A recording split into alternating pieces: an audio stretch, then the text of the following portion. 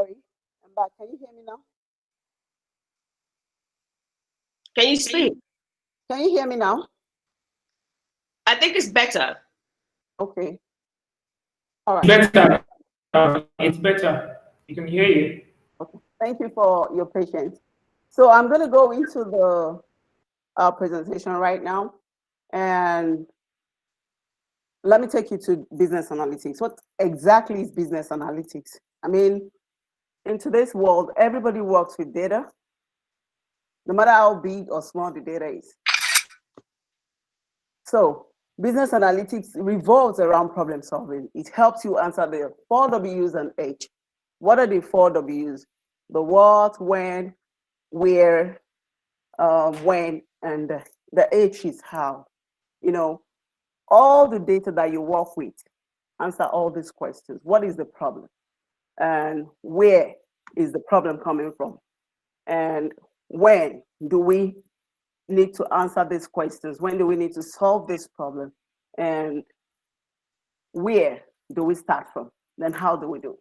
This is what data analytics. Sorry, I had to climb upstairs to get my earpiece, so I'm still kind of panting.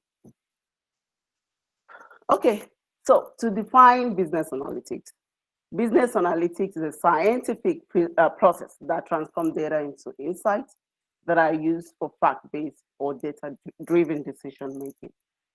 So what are the types of business analytics that we have today in the business world? We have descriptive analytics, which involves consolidation and summarization of data for further analysis. It includes techniques that explain what happened in the past. So what this is saying is that this answers the question of what has happened in the past, historical data. Let's say you have sales of last week and you need to know what is going to happen in the future. You need already made data, which is what descriptive analysis does. And you're talking about historical data of yesterday, data of day before yesterday. When you extrapolate all this data together, you can use it to form decision for tomorrow. And that's what descriptive analysis is. So predictive analytics is where the data received from descriptive analytics is used. The objective is to predict the future. I just mentioned that when you pull previous data, historical data, you use it to forecast the future. You use it to decide, to make decision for tomorrow, for next week, for next quarter, next year. That's what predictive analytics does. So when in one of my courses on Excel, there's a part where I talked about forecasting for business, and that's pure predictive analytics. Using historical data, you have data of last year, year before last year, year before last year, and then you can project for the next 6 months. You can project for the next 1 year. You can project for the next 2 years. So if the numbers are not looking good, you can then begin to come up with different strategies that will make the data, your business look better than it looks. And that is the essence of predictive analysis. When I was working in sales, I worked in sales for almost 5 years of my life. And I was always working with data every day because we have targets. And we need to look at what we did the previous week, not even month. We need to look at what we did the previous week, break it down into days, and then we will know how to figure out our achievements. And if we see that we're not going to meet the target for the week, not even for the month, we start thinking of what to do. And that's why, when I moved to marketing, from sales, I moved to marketing. And when I was in sales, I was at the forefront, helping them to implement all the strategies coming from marketing. So when I moved to marketing, I started working with data more. I was managing Nescafe in Nestle Nigeria at that time. And I was in charge of the entire Nigeria.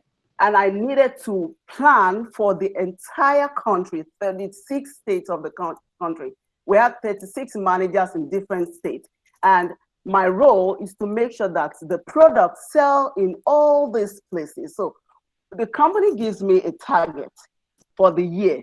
I split the target by month, and then I look at the number of states that we have.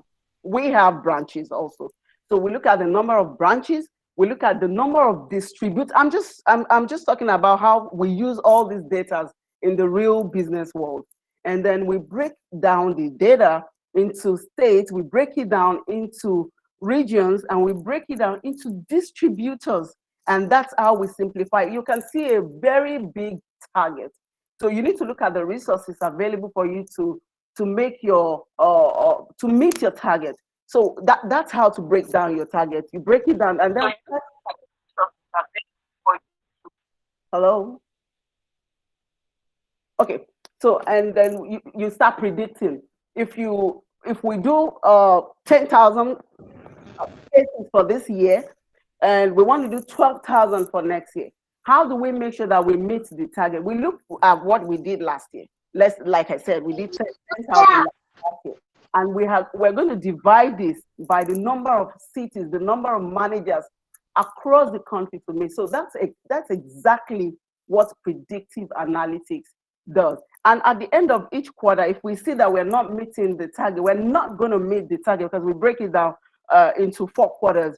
Okay, the first quarter we're supposed to do 25%. If we see at the end of the first quarter that we are just at 10%, that means that there's a problem. Then the managers begin to run helter-skelter to make sure that they meet the target. And then we begin to predict. We work with supply chain people. They give us the data. Okay, let's see what happened. What did we do last year? At this time, May, this is end of May. What did we do in May that we achieved this number? Why are we not achieving this number? That's when they start thinking, okay, last year there was Easter, and during Easter period we had a promotion and we were able to sell this number, but this year we're not having the promotion, so we cannot sell. So that's where the managers start coming up with ideas, ad hoc ideas to quickly come up with promotion. That's, if you look at these companies now, you see a lot of promotions going on. They're not just giving out all this for free. They know what they want to achieve. They have their numbers behind them. They are looking at all these numbers and they need to achieve these numbers. And that's why you see some some promotions just come out of the blues and you want to rush for it. Yes, they spend money, but there's an ROI. So let me not talk too much about but that's what predictive analytics is. Looking at the historical data and coming up with a prediction for the coming month or year. So prescriptive analytics, that is when you come up with a course of action. I've already talked about that. When you see that you cannot meet your target, you quickly come up with something to cover up for it, and you come up with a strategy. That is the course of action, so that you can reach your target. So those are the 3 types of business analytics that we have. We have the descriptive, historical data. We have the predictive, where you forecast, and we have the prescriptive, where you come up with a course of action to meet up whatever your goal is. Now, I'm going to go into programming now. I believe I'm able to touch, what business analytics is all about. R is a language and environment for statistical computing and graphics. So it has many operators to perform different mathematical and logical operators. I'm going to be showing you how all this works in our software very soon. And can we have a question asked, please? Okay. So if you can go back to your last slide on the different types of analytics that we have. I just have a personal question. Okay. And the question is, if I take a degree or a course in business analytics, am I going to learn the 3? Or am I going to only be taught one of the 3, or they will ask me to pick the one that I want? No. If the contest would be, no, you won't be taught the 3. You have to pick one. Which one of these 3 do you think is the most lucrative if I'm thinking to dive into having a little bit of maybe business analytics or data analytics in my portfolio? Okay, so the thing is, these 3 work. You cannot pick one and leave the others, because you need each of them to work concurrently. You need the historical data to be able to predict.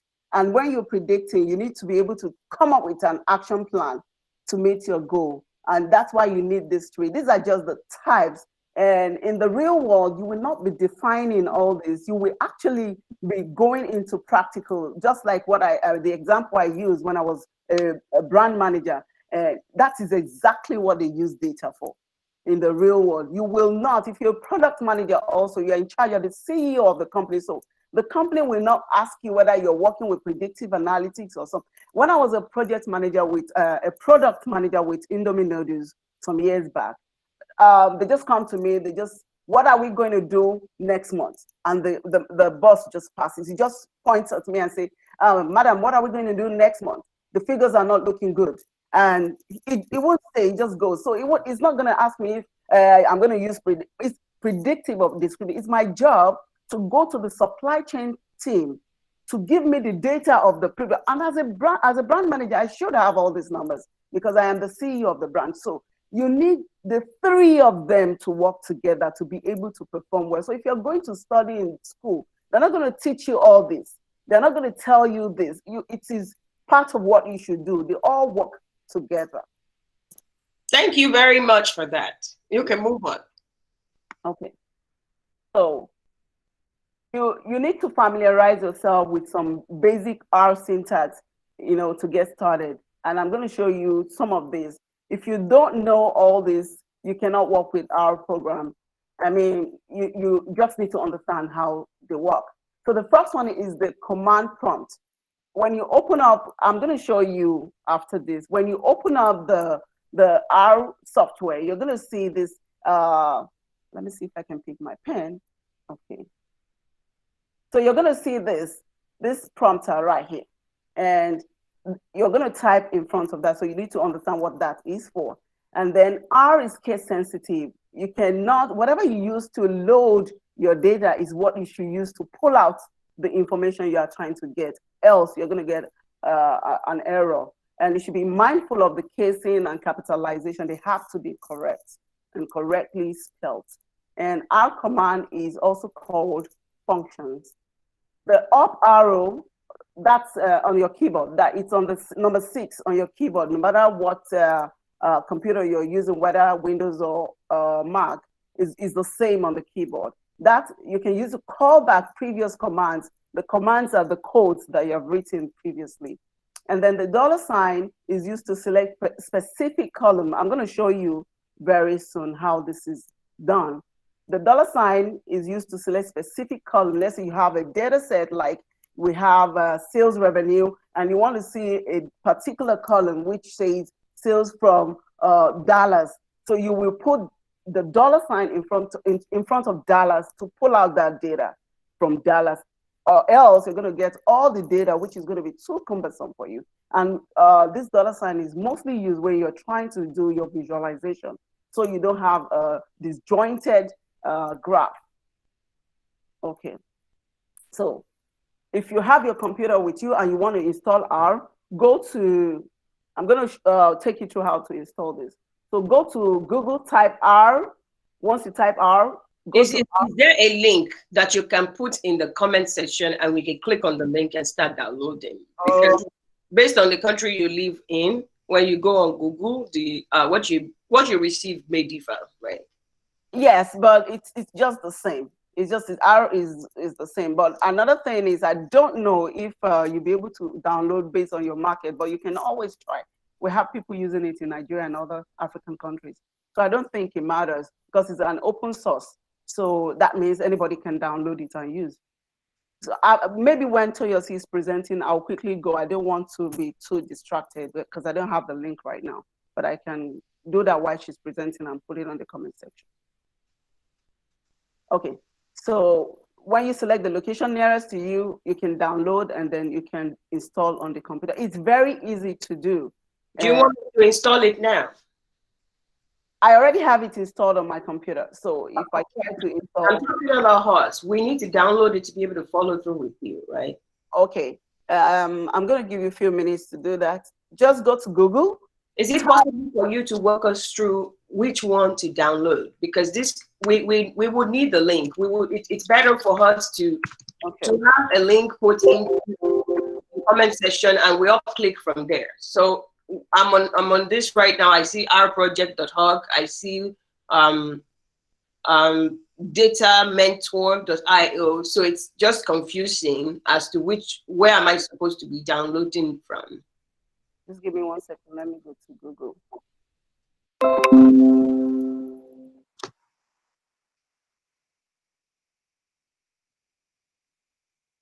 Can you all see my screen? Yeah.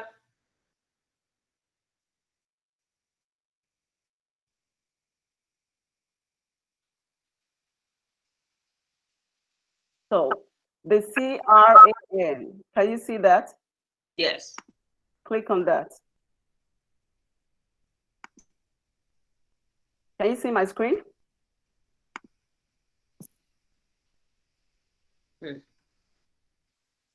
So you can see 3 different downloads right here.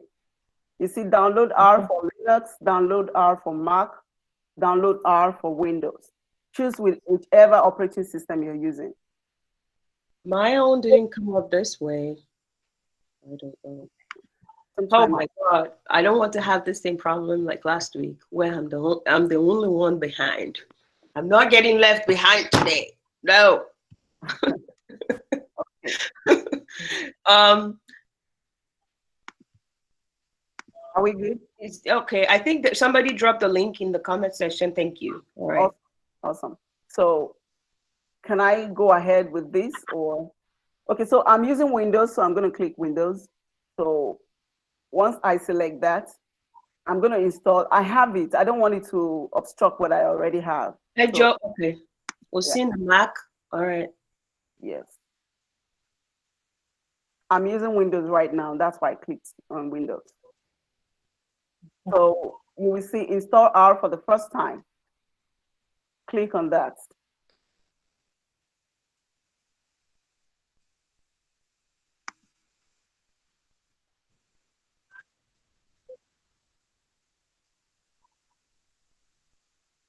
And then you see download R 4.00 for Windows. You click on that.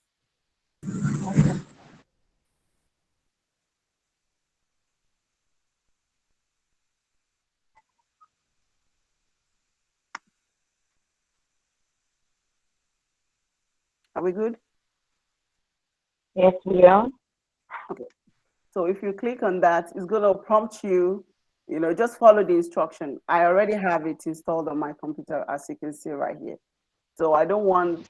I have a MacBook. Oh. Sorry? I have a MacBook. Okay, so I downloaded on Mac also, and also on this. I use 2 computers, Mac and Windows. Hello. And it's always kind of stressful with MacBook. Yes, I use Mac also, and then I don't see like install her. Did you click on the Mac?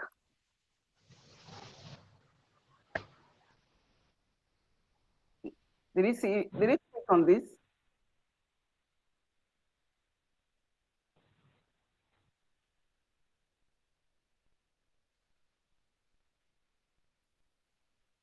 Are we good?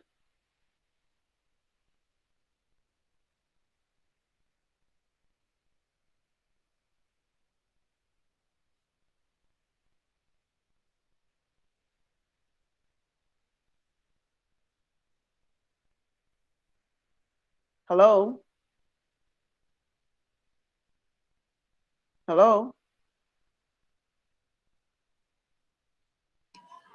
Yeah. Can you hear me? Okay, I can hear you. Good. Yes, I can. Okay. Are we good to continue? Yes. Let's continue. Have you been able to download? Yes. No, I've not been able to download it. I've not been able to download. Did you follow the link in the description, in the comment section? Yeah, I have a slow network. So That can also contribute because it takes some time. If your network is not strong, it might delay. Mine is downloading already. Okay, good. Just follow the I've instructions. downloaded mine, but I'm having error in opening it. Oh, once you download, you will see it in the download your local drive. And once you click, it will take you to what you're seeing on the screen right now. I've not done anything on this interface this morning. I just opened it for the training. So if you can see this, you're good. Remember, if you're able to download R Studio, you'll get a better interface because it's user friendly than the R itself. Hello.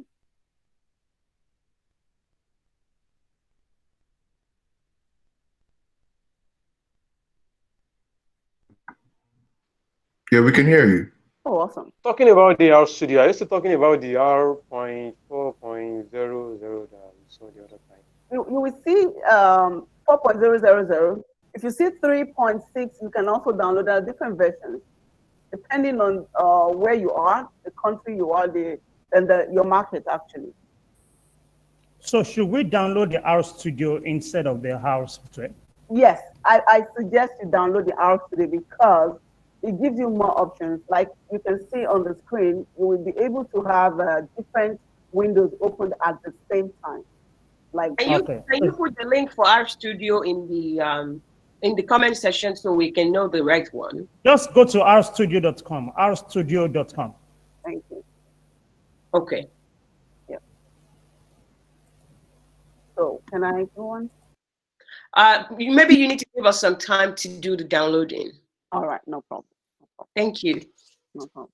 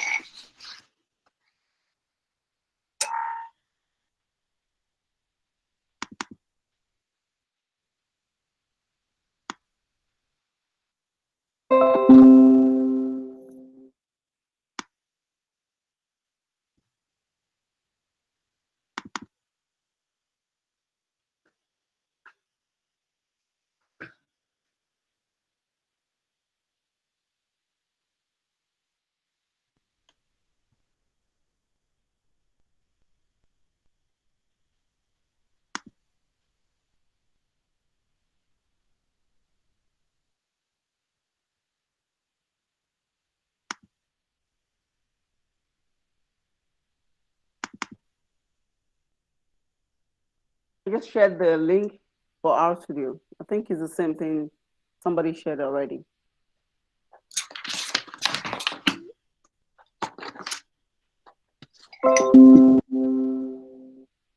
So make sure you pick the free version and then click on download.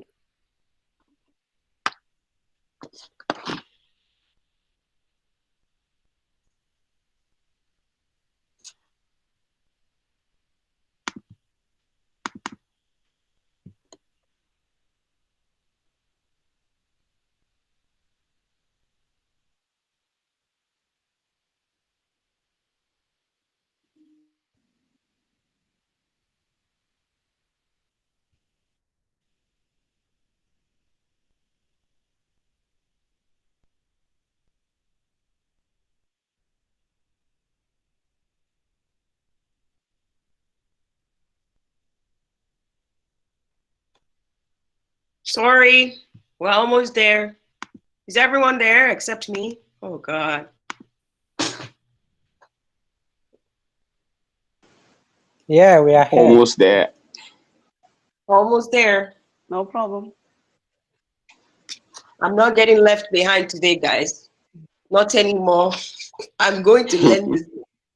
This is important to my career. Almost there. Oh my God. You people did I'm still not forgetting, you did your very nice apps last week. I didn't have memory. I bought a new laptop now. I have plenty memory. I'm getting an error.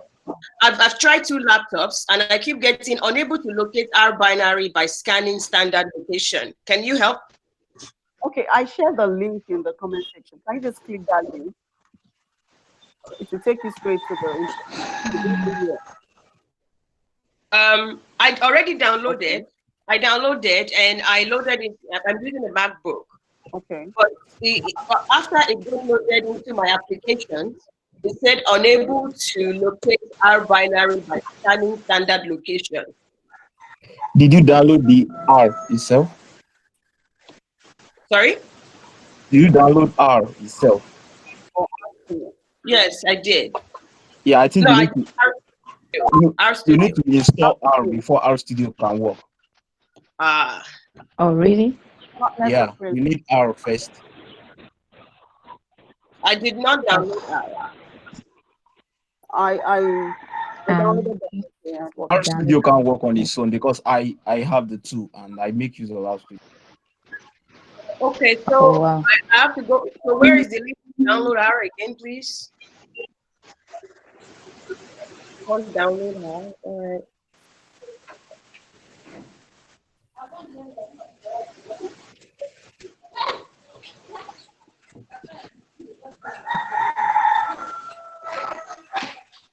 Please mute yourself if you're not the teacher. Please mute yourself.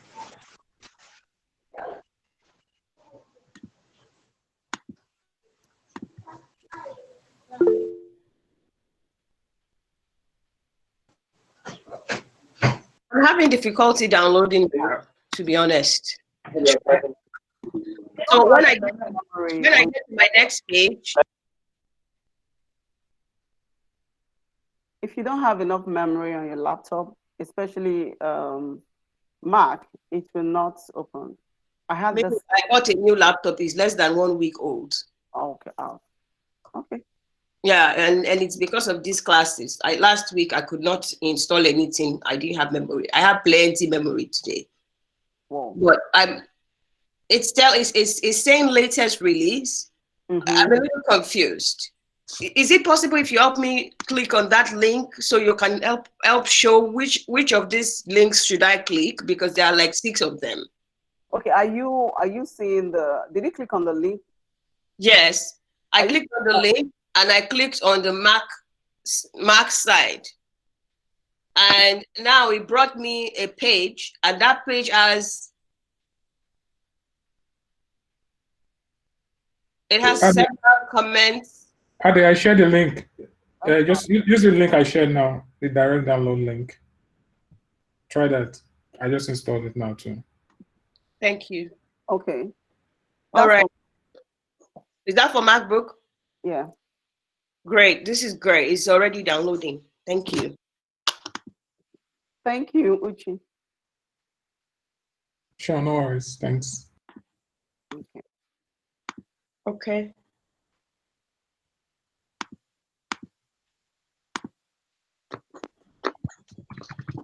Oh, hello guys. Sorry. I need help. I have not been able to download. What's your operating system? Windows or? It's a Windows. Okay, so you shouldn't have a problem with Windows. Just click on the link in the comment section. Is there a direct download link for Windows? Yes. Just click. Oh, sorry. Actually, well, the issue I have is I don't have. I'm actually using my. I don't have the Meet on my laptop. I'm trying to download Chrome, so I'm doing this video on my phone. So, difficult. You need your laptop.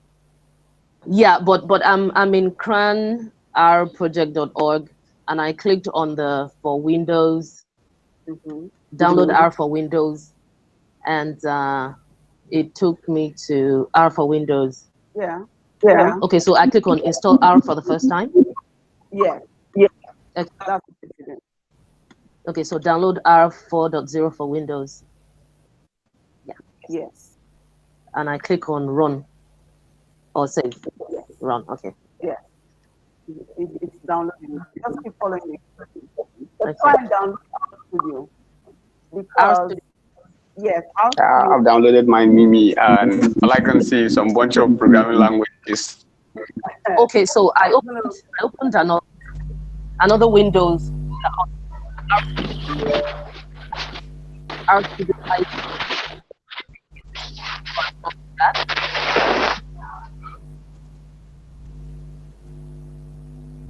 Hello?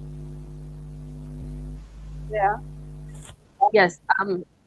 Yeah, so I'm in R Studio now, and there's a IDE 1.3 released. Is that what I'm to download, please? Exactly. 1.3. I put it in the context.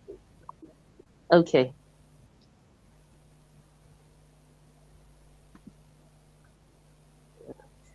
Okay, choose your version. So free. Yeah, free. Choose the free one. Yeah, desktop 1.3.9. I've already downloaded mine, and it looks like this. I hope I'm in the right place. If you download and it looks like this, then you're good. Can you see my screen? All right. If this is what All right. you're good. I have my R Studio All right. now. Thank you. So we're going to do our first practice once everybody is ready. And we'll try it now. So as I'm showing you, can be trying it on your computer or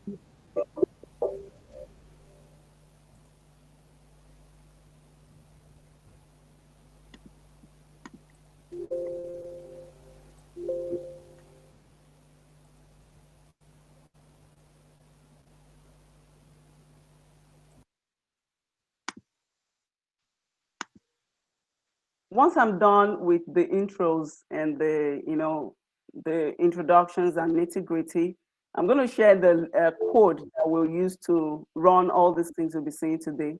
It's in my presentation. I think Dr. Adi will share with everyone. Yes. Yes. So hey, I know. I hope several safe for this group. Don't worry. We're working on our slides, and I believe we did some sharing already this week from one of the sessions, from one of the previous sessions. But we will definitely make sure to try to get this to you ASAP. Okay. All right. But most of the data set we're going to be using is already inbuilt in R. So that's why I didn't bring another data set. I want you to be able to do it on your own when you get home. So, but for my partner, she has a data set and you will have access to it. But for this one, everything we're using in this presentation is inbuilt in R.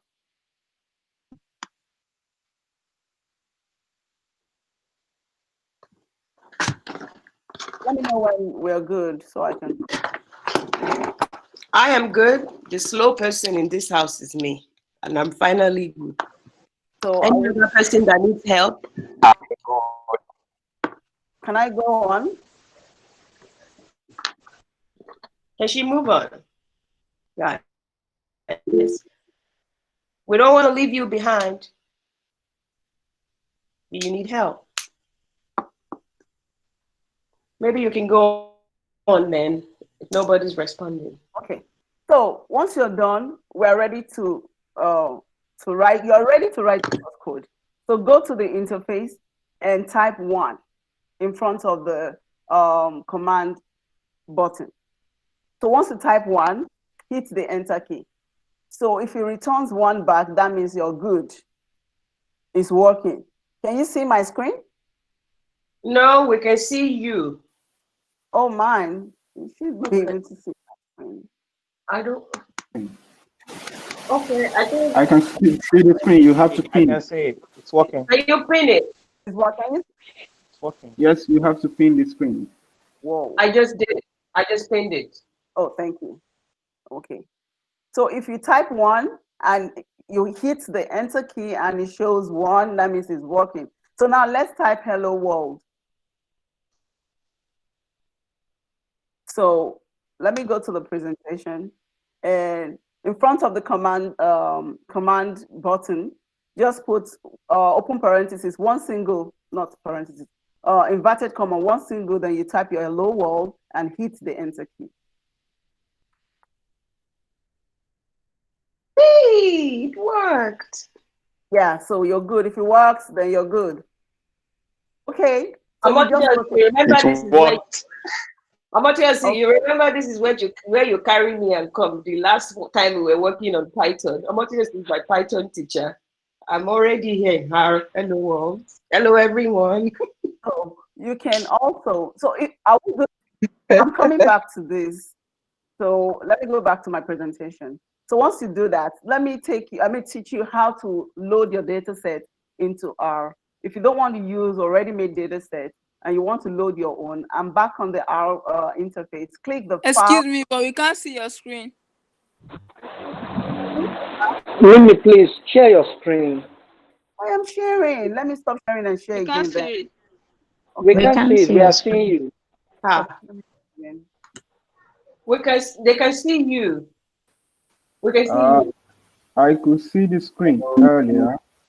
Yeah, the screen is coming up. The thing is, the participant has to pin the screen. If not, any other person speaking screen will show. Can you pin the screen? Just click on that Mimi screen and pin it. Okay. Have I done that? Okay. No, you have removed the presentation. We can't see it. It's not you that should pin the screen. You should pin the screen, but everybody should pin you. We will pin the presentation on our screen. Participants should pin Mimi's presentation on their screen. Mimi, you two can help us pin it. I just did. That's pin, yes, that. Yeah, I clicked on it. But you are presenting, okay. Yeah, that's, it says the screen is not showing right now. You pin it, but the screen is not showing. You're supposed to be pinning the other image. She's not supposed to pin. Now we can. Yeah, it's showing now. Currently, it's showing now. Okay, I'm going to be moving from the from our studio back to my presentation and then coming back. So please let me know if you stop seeing, and then I'll keep going back and forth. Okay, so I said I want to show you how to download. Can you all see my screen now? Hello? Yes, we can. Yes, we can see your screen. Go to the file button on top of your screen. Click on that. If you click on that, click on import data set. You will see all the options that you can select from. If you have a text-based data set, select. If it is Excel, select, as you can see.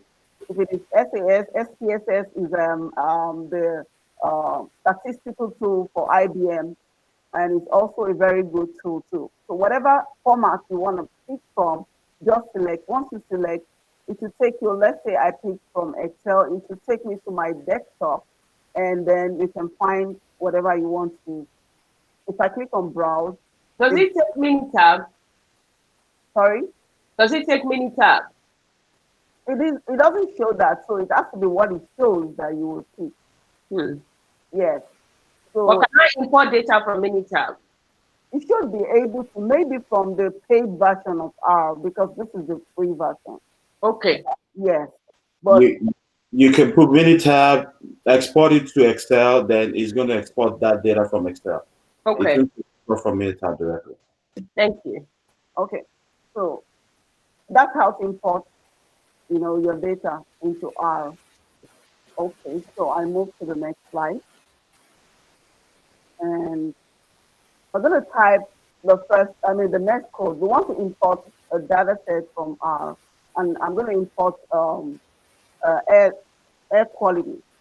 So you need to type data, open parentheses, air quality. The reason why I said I prefer to use R today is because it's user-friendly. If you already have all the data in there, it will be giving you options just like this. You can see my screen. And once you put the data you want to use, hit the enter key. So we already called out the data. Right now, I don't know what is on the data. I don't know what are the elements in the data, and I want to see. So you can use head, and you can put the data, open parentheses, and you put the data, and then you hit the enter key. So you can see right now what is the data. And this doesn't mean this is all the information in that data. It just picks a particular. If you want to see the tail, you can type the tail. This one is the head is the starting data. The tail will give you the end data. Right.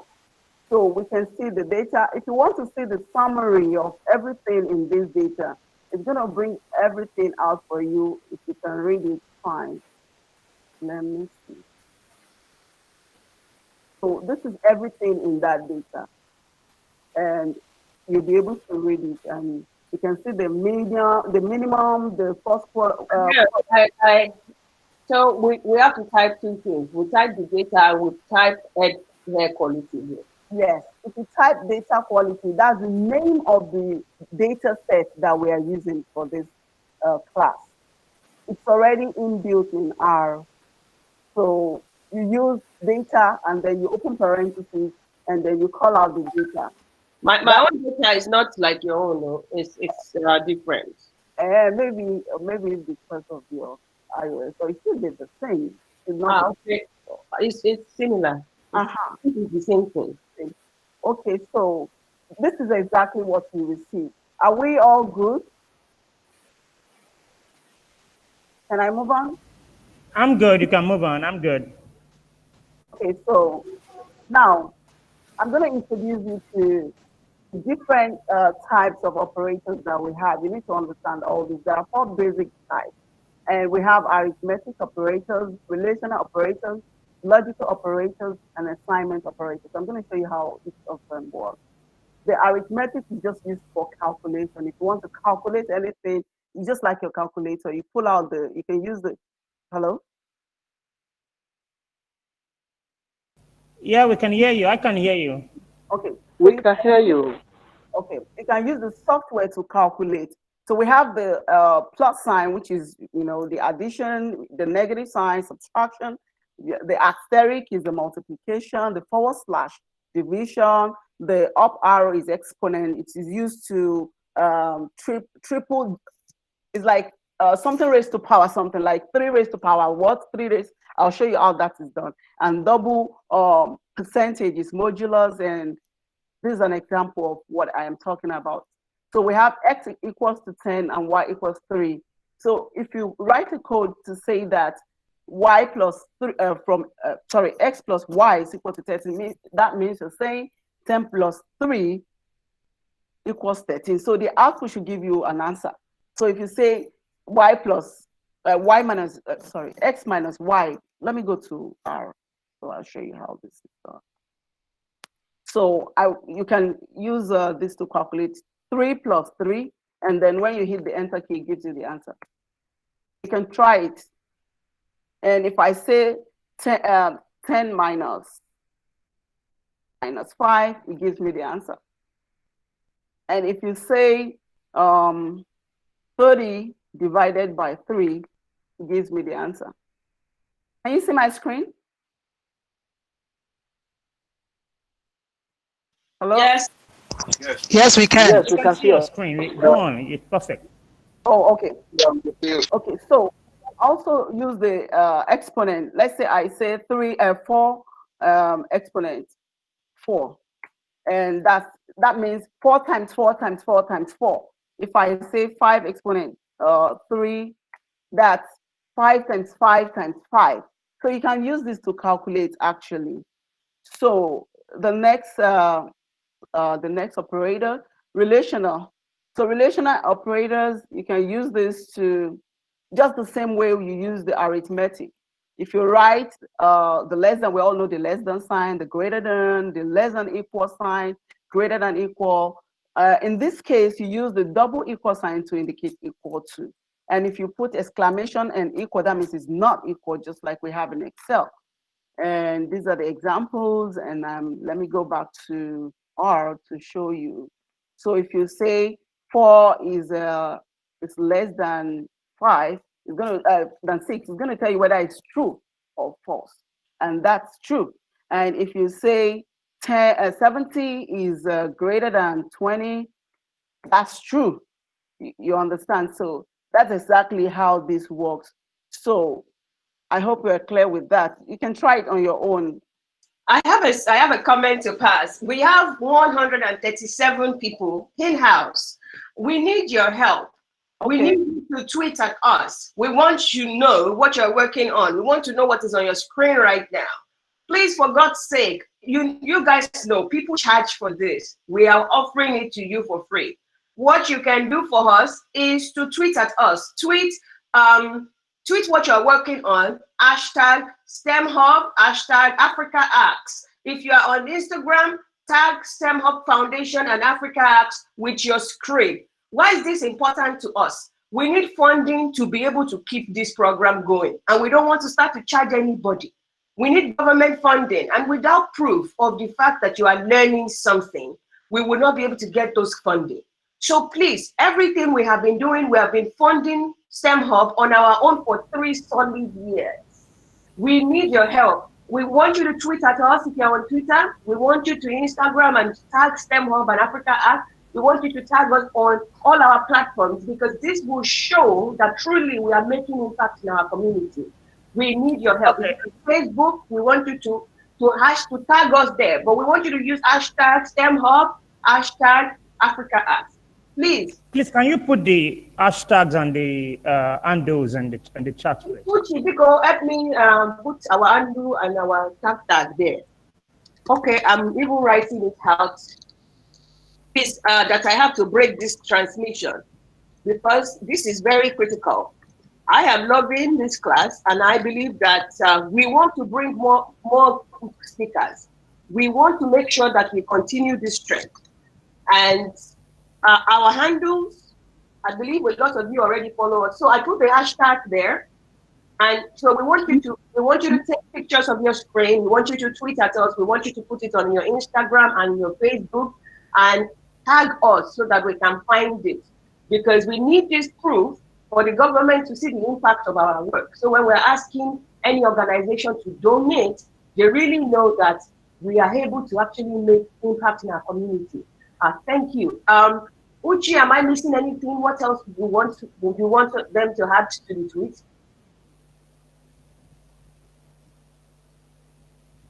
Can I go on?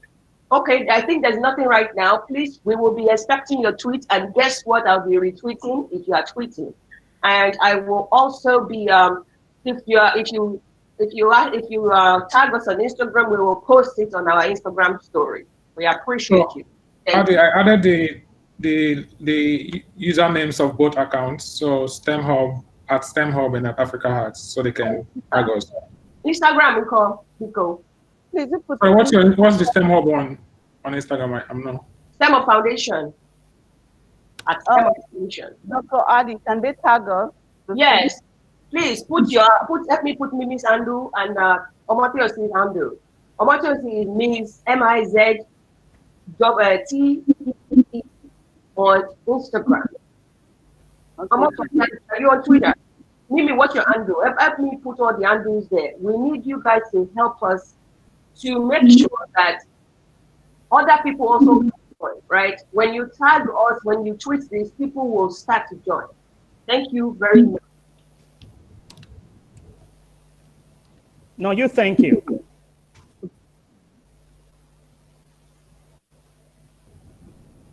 Sorry, Mimi, that's the session. Okay. So I just put my Instagram handle and my Twitter. Okay. Yeah.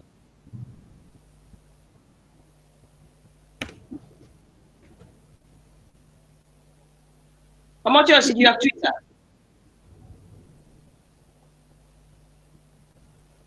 Yes, I do. I'm tweeting it out now, actually. Can you add it to the comment section there so that people can copy it from there? Okay, all right. You can also tag me on Facebook. It's just Mariam Adeyemi on Facebook. Okay, Mariam, okay. I don't see your Twitter handle. Oh, mine. I also have it at the end of the presentation. No, we want it in the comment section because we are starting our tweet game right now. Okay. I just put the Twitter. Yeah, what is it? Mimi.Adeyemi.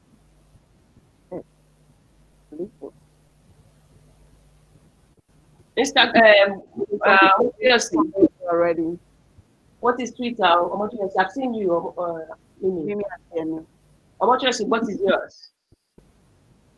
Toyosi, COR_YORSI. That post type it into the comment section, madam. We are waiting. We are doing this our class. We want Thank you so much. You guys are. Please follow me on social media. I have a lot of. Don't worry. By the time I tweet you, you will see the followers. They are coming. Thank you. Okay. All right. So can we go on? Yes, please go on. Thank you for your patience. No problem. So we're going to the logical operators, and it's just so similar to what we've been doing. And you have the exclamation mark, which means it is not, and then you have the and sign, which is of course and double and, which is logical and. You can use one single and, or you can use the two and you have one L, or how do I call this now? So, I mean, this are not everyday. These are not things you use every day. So these are the examples. If you have x, we have x equals 1 and y equals 2. And if you say x is not equal to 10, it's going to, because you say x is 1, and if you say 1 is not equal to 10, it's going to respond to 2. Because in actual fact, 1 is less than 10. If you say 1 equals 2, R is going to fix it and say that, of course, 1 is not equal to 2 in the actual sense. So let me go to R and show you how it's done. So if you pull out 1 is not equal to 3, and that's true. I'm going to show you that it's true. If you say 3 is equal to 3, that's true also. And if you say 4 is not equal to, or you say 4 equals 5, it's going to say false because it's not true. Have you tried it? So, yes, it's working. Okay, so let's go to assignment. Can you explain again what the exclamation mark does, please? It's on number 1. Yes, it said true, but I'm wondering, do I need to be able to get a true if I can still use double equal to sign? What is just telling you that what you just did is right. I mean, it's just calculation. These are just the preliminary stage, because we are still going to data visualization, where we're going to see the graph and everything. So what I'm looking for here is there a difference if I use 1 exclamation equals to 3, or if I use 1 equal to 3? Because one exclamation equal to 3 means that 1 is not equal to 3. That's what it means. What about 1 equal to 3? That means you're saying 1 is false. That's false, because 1 is less than 3. Okay, thank you. Yes. So let's go to assignment operator. Assignment operator is very simple. You use the left arrow. In R, this is used to give a name to another value. Let's say I say a variable,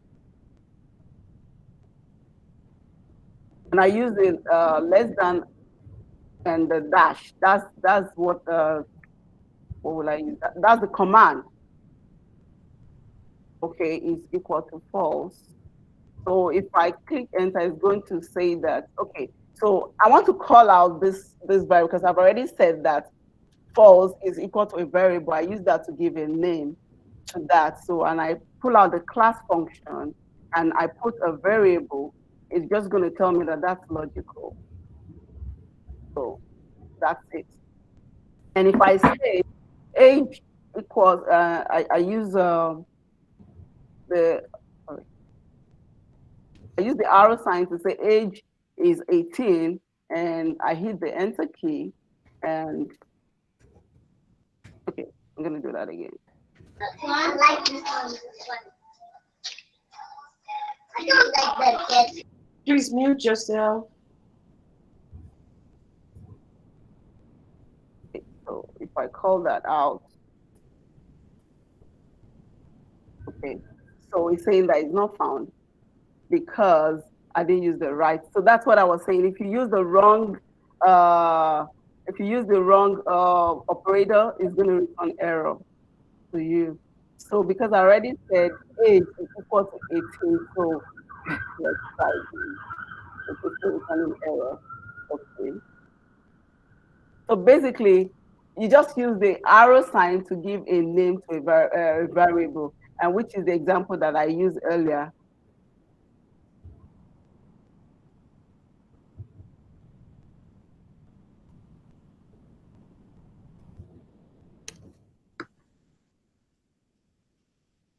Use the class function to call it out, actually. Something actually went wrong. So this is good.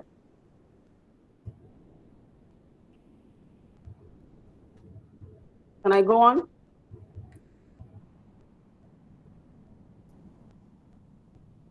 Please go on. Okay, so we are moving to R now. We need to move a little bit fast, so we have another presenter.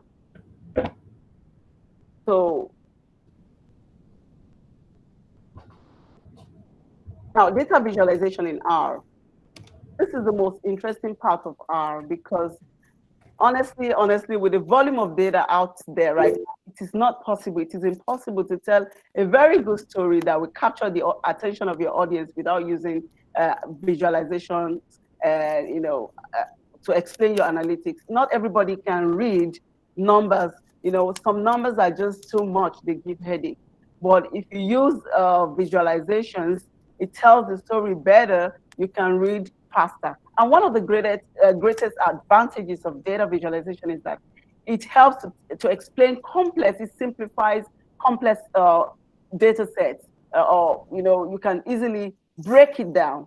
So our software is a tool that you can use to do this, among other good software out there. So I'm going to be talking about 4 basic visualization types in this section. And ggplot2 is a great tool that people use in R because it has better functions than the R itself. You can actually call out functions in R, if you want to. But if you use ggplot2, like if you use scatter graph in R, it's just going to give you the scatter graph in black and white. But if you want colored, you can use ggplot2, and ggplot2 will make it look, it will give you the color scatter graph. But I know a lot of people use ggplot2. I'll take you through that quickly. So histogram is one of the tools that explains, that shows, that is used to show frequency of a value in the distribution of beans. And I'm going to show you how that works. Box plot is another good tool that is used to visualize data. And this, if you look at your GRE score, something like this, it comes in different numbers, like the 25th percentile, 75th percentile, and the maximum. It is useful for visualizing the spread of data and then deriving inference from that visuals. So the scatter plot, I've talked about that before. It helps to visualize data easily for simple data inspection. It shows relationships up actually. And then the line graph are used to analyze trend.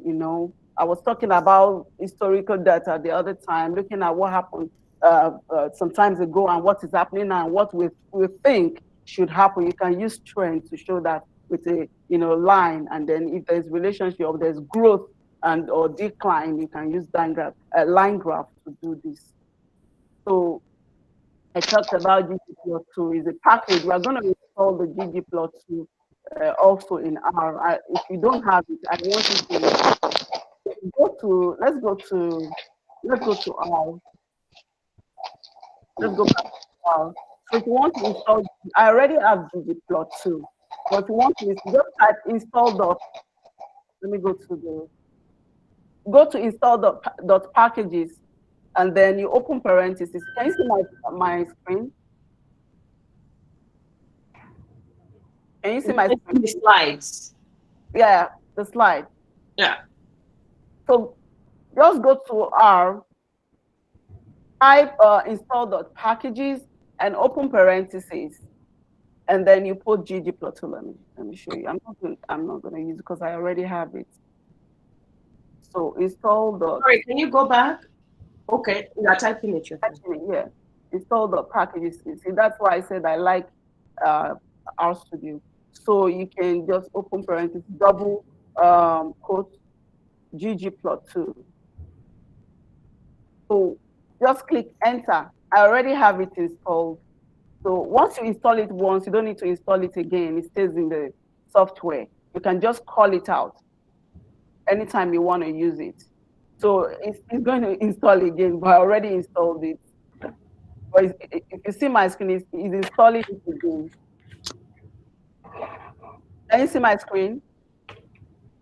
Yes. It's installing. Once you click enter, it's installing. Yeah, it's going. All right. So mine is done.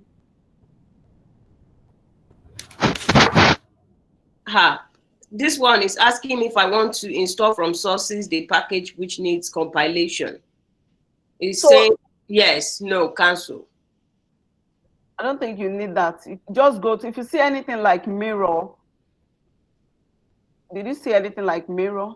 No, I typed in what you asked us to type in. I already installed. I don't know why it's giving me all this again.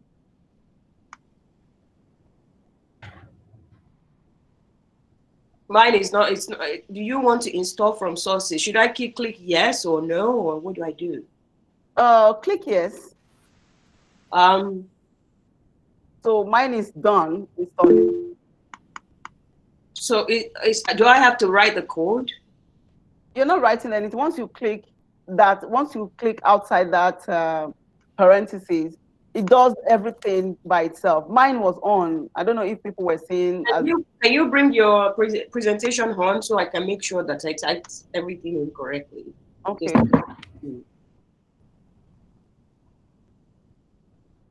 Install the packages. That's what I typed in. Mark could be a problem when it comes to software.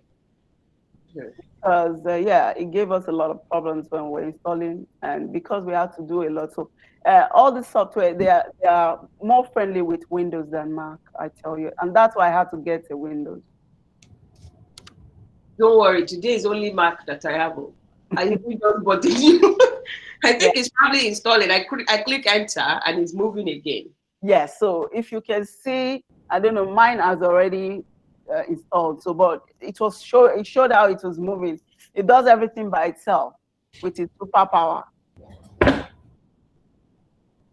So we have that, and we need to call out ggplot2.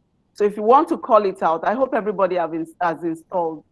If you want to call it out, you type library, you open parentheses, and you type ggplot2. It's not done. Okay, let's wait for you. It's telling me, do I want to install a personal library instead? It shouldn't ask you all that. I just said install packages, ggplot2, blah, blah, blah, like you said. And there's a pop-up that says, would you like to use a personal library instead? Well, you click yes, let's see. Okay. I've clicked on yes. Would you like to create a personal library? See users, blah, blah, blah, blah.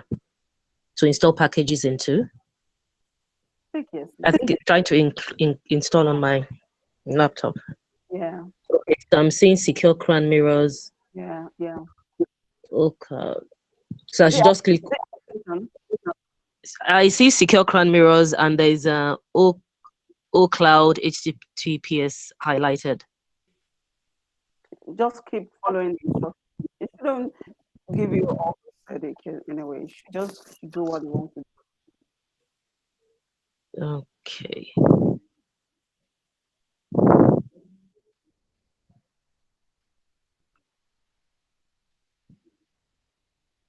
Okay, so it's installing. Okay. So when I get to the codes for all the graphs, I'm going to put the slide. You can copy it out. Please copy it out in the slide. So once you copy it out, you have to put the code to make sure that you write the right thing. Because I'm just going to copy it. where I'm running into 2 hours right now, and the other presenter is waiting.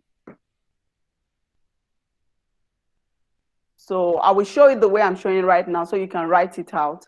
And now you write the code in R so that you can see the graph.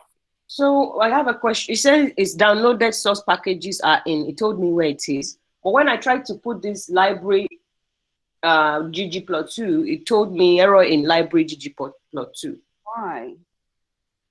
I think you used caps. The L is small. The L should be small, I think. Okay, thank you. I use cap. You're right, because Yeah, I was gonna say that as well too. When you're writing codes, it is very, very important. Like the caps locks, the tabs, the comma, the full stop. One missing thing can literally ruin everything that you're working on. So make sure that you write it exactly the way that it was written here so that you can install the package. I think I did great. Thanks. Especially for something that is installed already. The moment you start typing it, you'll see the suggestion already. I think that tells you what is right and what is wrong. Thank you. Are you seeing my screen? Yes, we are. Okay, so try typing what I called out ggplot2 so that I can see, it can bring the data. Then I plotted the data, and this is what it gives me. Once you plot and you hit the enter key, this is what it gives me.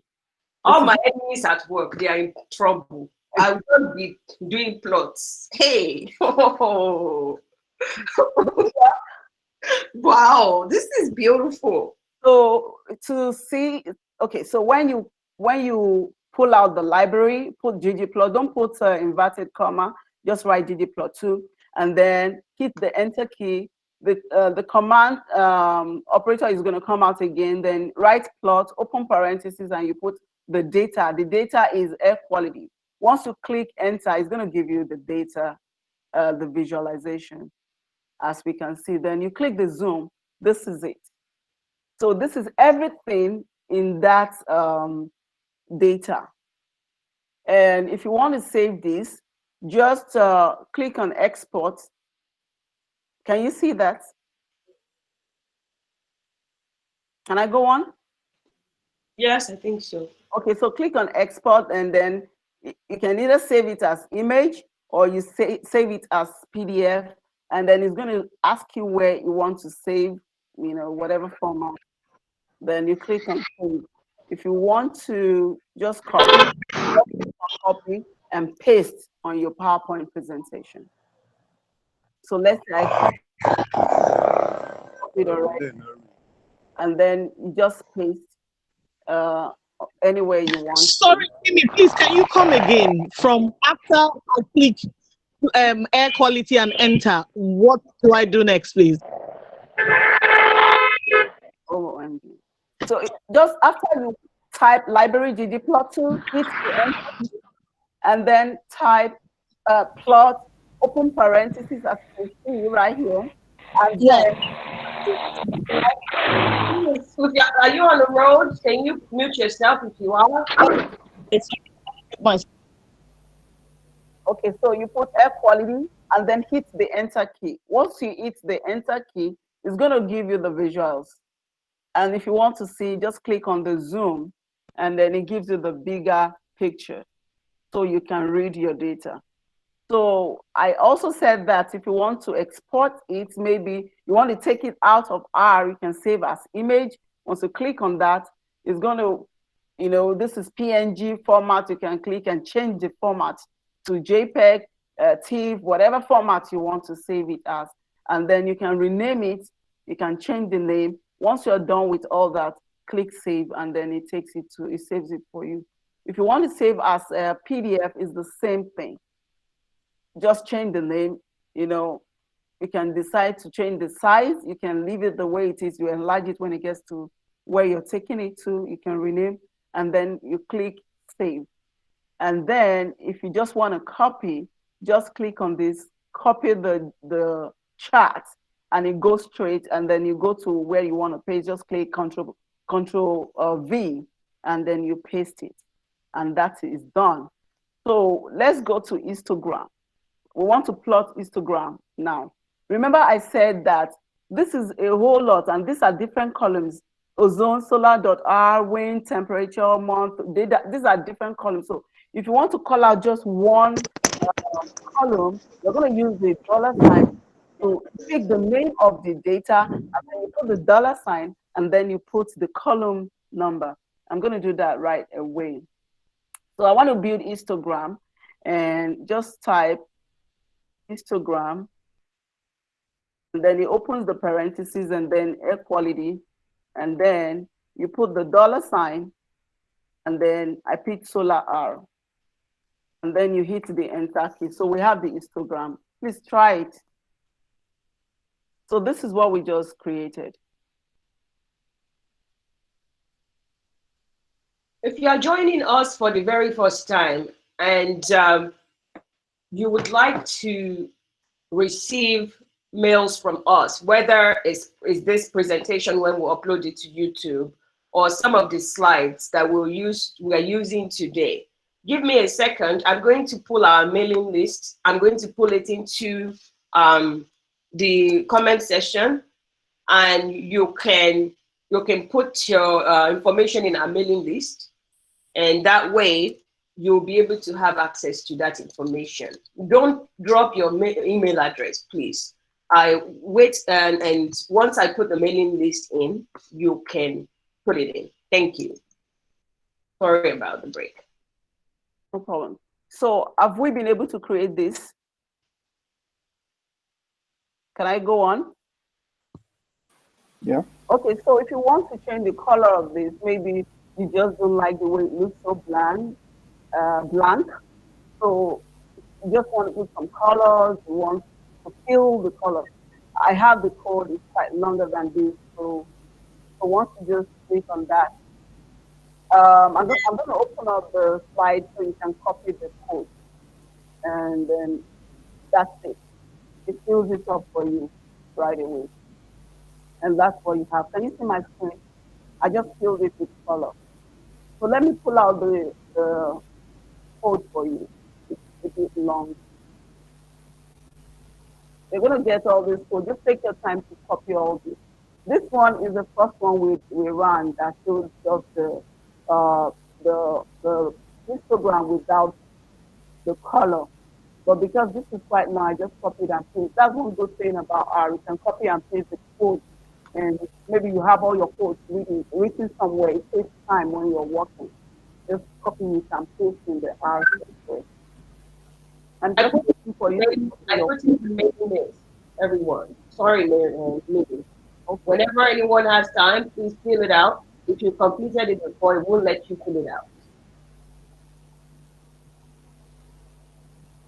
So let me know when you're done copying the code so that you can see how this works. You can do it yourself and be proud of yourself.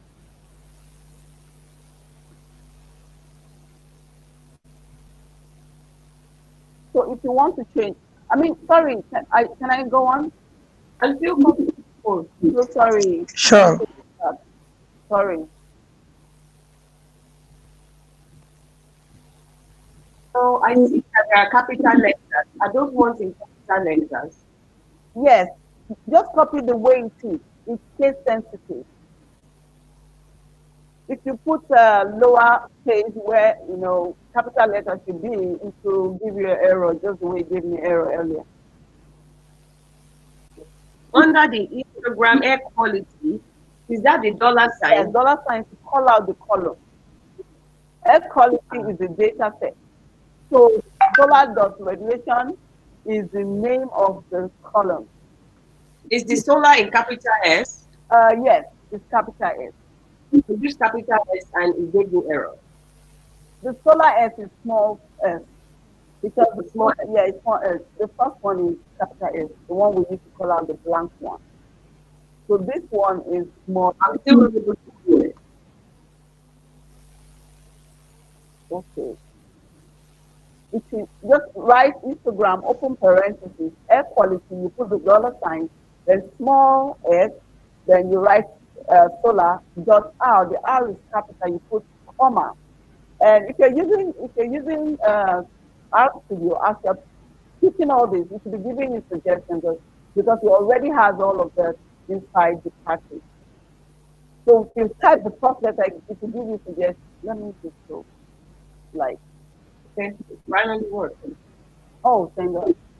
So now I want to change this color to another color. And I already copied that. So I'm just going to go to where I see red and I change it to green. And because I want to change this red to another color, you don't need to rewrite it. Just copy and paste. Once you copy and paste, hit the enter key to change the choice. As simple as that. Just copying from your, can you see my screen? I just changed to green. Can we remove people? So just copy from Instagram and then all the way to the red and then close parentheses. Copy and paste it and go to where red is, change it to green and change the color. So if I want to change it to blue, I'm just going to do the same thing and it changes to blue.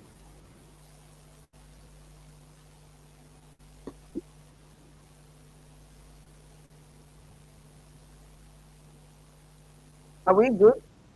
Oh, yeah. Okay, so I'm going to move to the next chart. I'm just trying to save time. So I want to do a bar plot right now. Did you copy this other one? Excuse me. Can you please hold on? Okay. Yeah, I need to see the code on copy. I'm still copying the code. Okay. So when you're copying vertical, the way I did it, in front of the prompter, the operator prompter, just type the hashtag sign, vertical bar plot, and then enter. Because that greater than sign is not part of the code. So once you write hashtag vertical bar plot, click enter before you start writing bar plot. If not, it's going to show up error. Excuse me. Okay. Is the S in solar capital letter or small letter? It's small letter. Everything. Which of the solars? I don't know. All of them are just look confusing. Show us your own RStudio, how it is there. I don't know how. I mean, this is my first time using Meet Google, so I don't know how this works. Just look at the share button. Can you show us your RStudio, because my own returned an error. Oh, I've actually not clicked on anything. I'm still writing the code, as I want to make sure that everything is in. So I want to be sure of the S before I actually click enter. Okay. So the first one, okay, that has Instagram, that has a very short code. After the $sign, the S is capital S. Okay.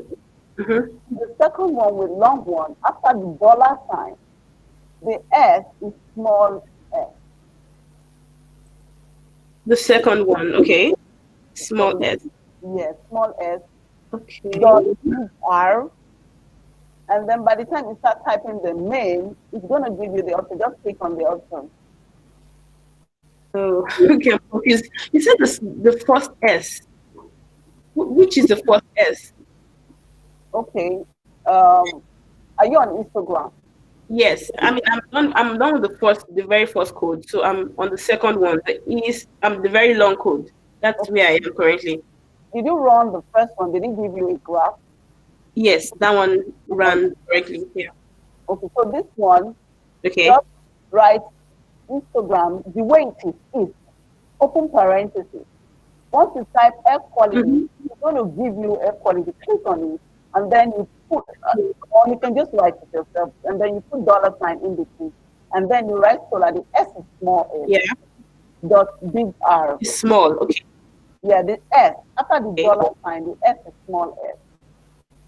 Okay. And then you put a comma after the big R. Mm-hmm. And then go to main equals. Yeah. Open single quote. Then S is small s. Solar radiation. Oh, and that's. Yes. Okay. After main equals S. I mean, open, single quote. Yeah, I already did that. Yeah.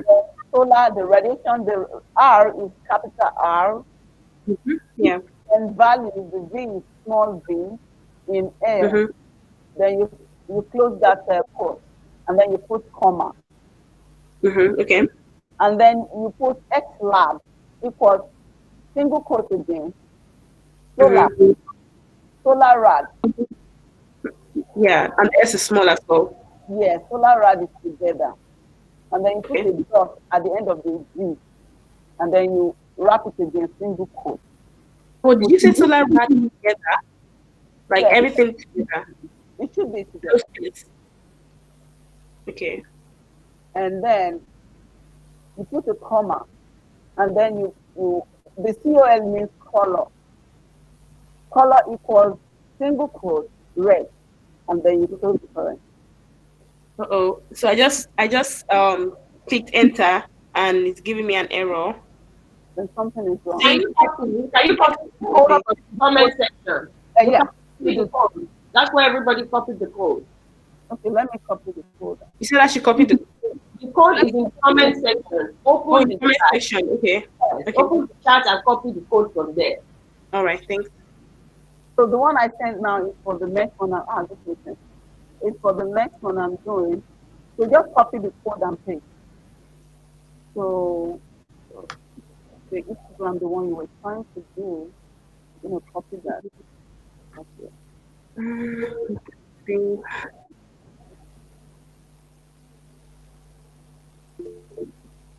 Oh yeah, so the solar rad is actually not together. Okay, it's not together. Then yeah, and the R is like capital letter. Okay. Yeah, I already got it. Thank you. Okay, so let me copy the rest of the code and put in the comment section. Please be careful when you open the code.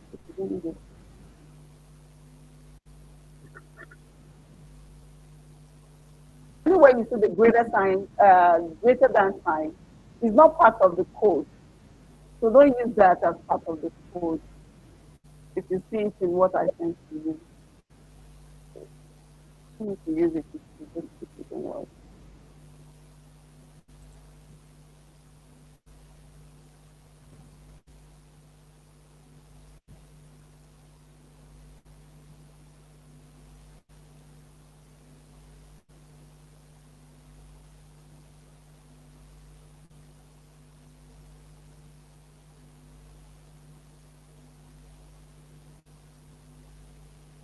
Let me know which other code you want me to send to you.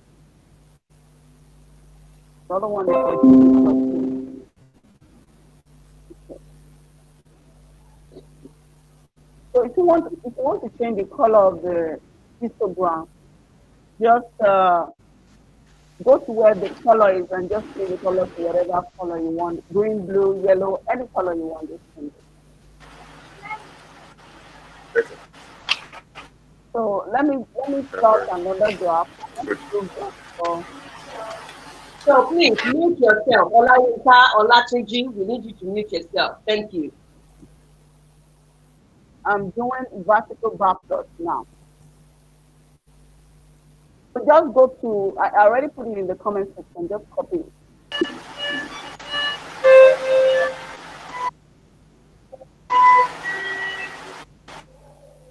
Are we good?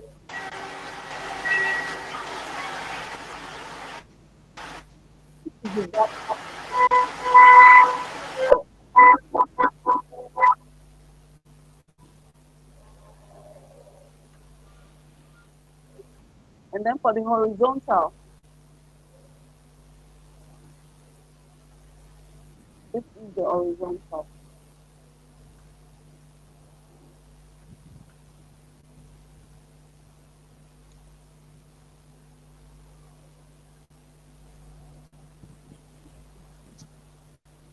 Can you see? Yes, we can. Are you getting it? Yes, we are. Yeah. Awesome. Sorry, please, I have a question. Sorry to draw you back. In the Okay. histogram, can you get different colors for different bars? If Yes. it's possible, how can we do that? So go to the histogram, the end of the code.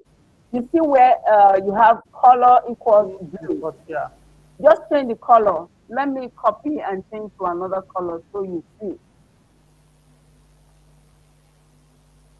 So this is blue, right? I'm going to change this to green. Oh. I shouldn't have pressed enter. Let me just change this to green. So you just go to where the color is and change the color from there. Can you see mine? Yes, yes. I mean different bars, different colors for different bars. Oh, no, you can't. Okay, you have to write a very long code for that. That's it. Thank you. Hello, Mimi. Hello, Mimi. Yes, yes. Please, what data sets are you using to plot this graph? Air quality. Air quality. Let me call it out. Let me call out air quality. Okay. How's the data set? Ed. Yes, you call it out. That's the data. Okay. Oh, I didn't do that. That's why I got it wrong. Okay, thank you. Okay. You're welcome. So that's the data. And if you want to see what the data looks like, just go to summary. And you can read the entire data, as in to summarize it for you. You see the minimum, you see the median, the mean, the maximum, first quantile, and all that, and all that, and all that. All right. Okay, thank you. Yeah. So I'm almost done though. So we've not done scatter plot. So for the box plot, let me copy the code.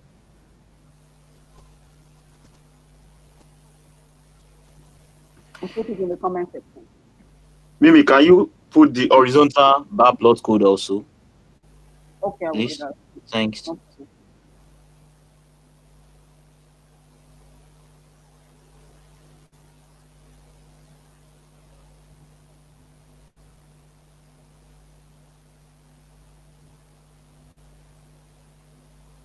Remember to take out the greater than when you're putting the code.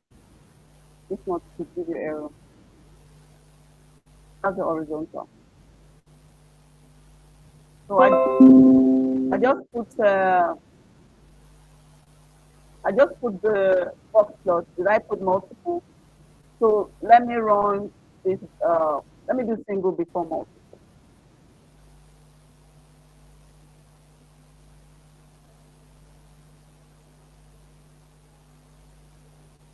So make sure you call it out first so it knows what you want to do. Hashtag single box plot.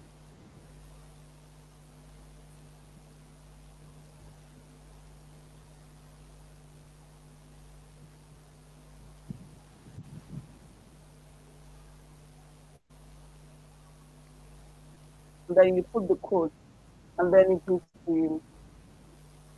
Can you see my screen? This is what I just plotted. So that is the single. You can see the first quantile, second, 75th, and then the max. Let's see your R again. Okay. There's somebody saying they need help in the group. Okay. They need help. They felt like we have left them behind. Please, Okay. help us make sure that no one is left behind, or at least we don't leave a lot of people behind, please. Thank you.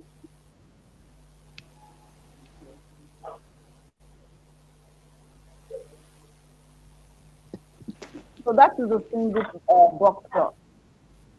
So for the multiple, you're going to have multiple of this box plot in one single graph. And I think I copied the code already in the comment section.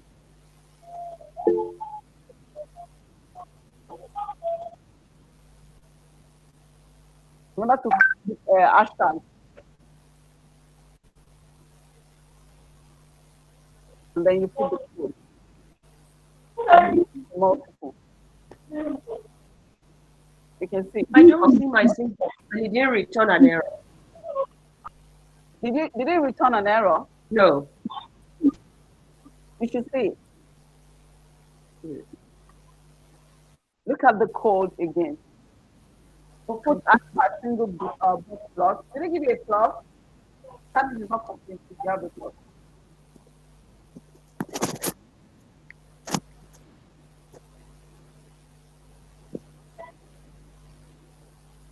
Can I go on? So this is the I still don't have an error. Can you do it again? So there is a hash sign, and how many spaces before we type single box? One single space. At sign, one single space. After S, after B. Yes. Small p. Small p. That's what I do. That's exactly what I did too. I'm giving you the class.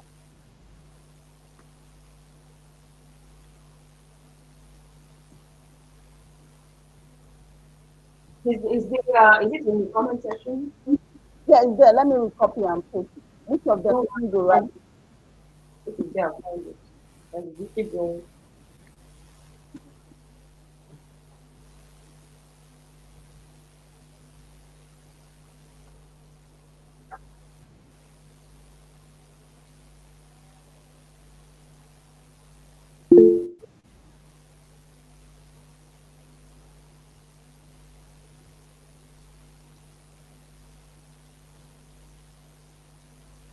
And how did you go? Did you get that? Put that in the comment section. Yeah, it's working. Thank you. It's perfect, right? Awesome. Did you get the multiple too? I'm gonna put the multiple also in the comment section.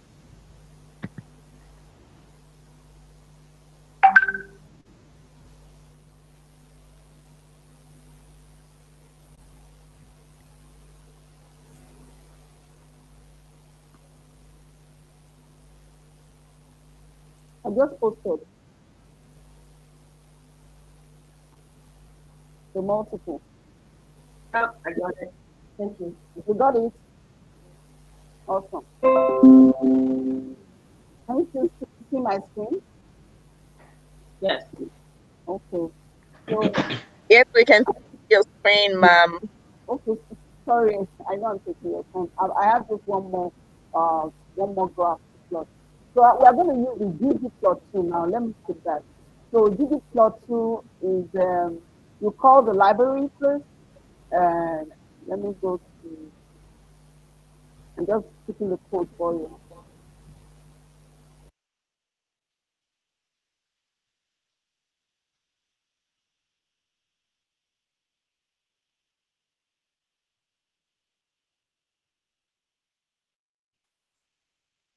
That's the scatter graph. Can you see my screen?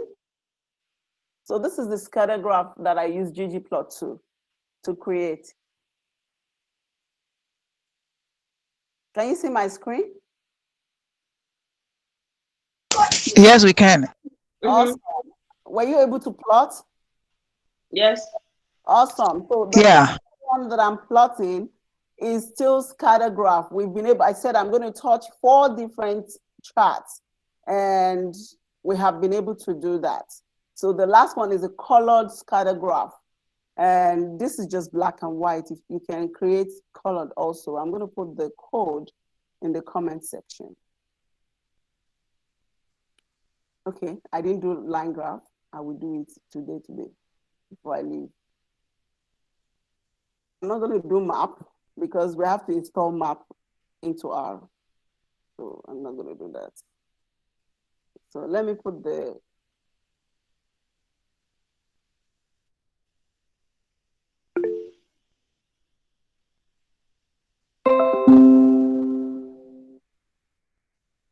Are we going to be able to do our dashboard, or is the Tableau? Dashboard is in Tableau.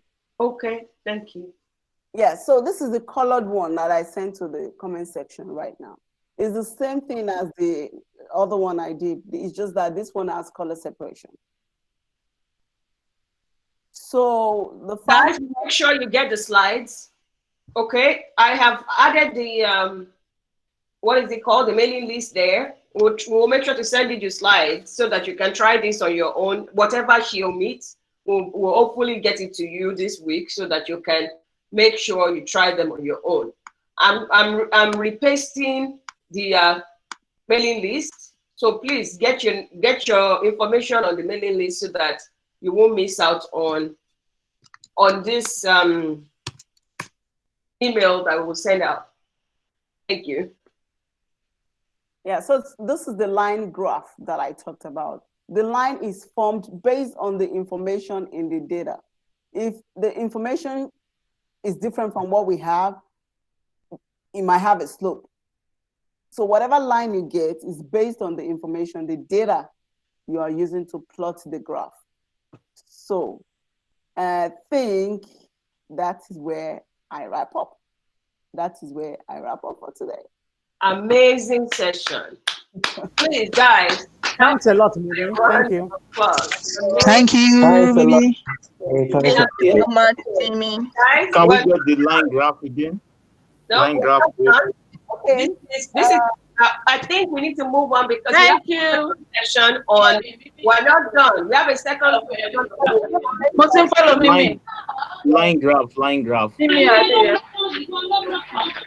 guys. Hello, guys. Everyone's dropping out. Just when it was time for my section. So that's attention, please. Right now, put yourself on mute, please. We are not done. We have just finished the part 1 of the program. The part 2 of the program is going to be using Tableau. And we want Omotoyosi to come in right away because the session is supposed to be for 3 hours. So Omotoyosi, you want to project your screen, introduce yourself, and we'll get started right away with the Tableau visualization, data visualization class, okay? Don't leave the session. I'm just getting started with the second one. Please remain mute. If you have questions, I'm sorry you have to kind of figure this out. We don't have enough time because Omotoyosi needs more time. If Danny, you want to go on mute, that is what we are having.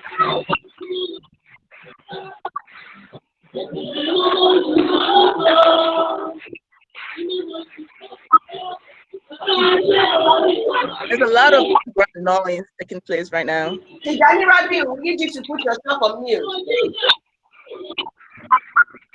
Uchi, are you in here?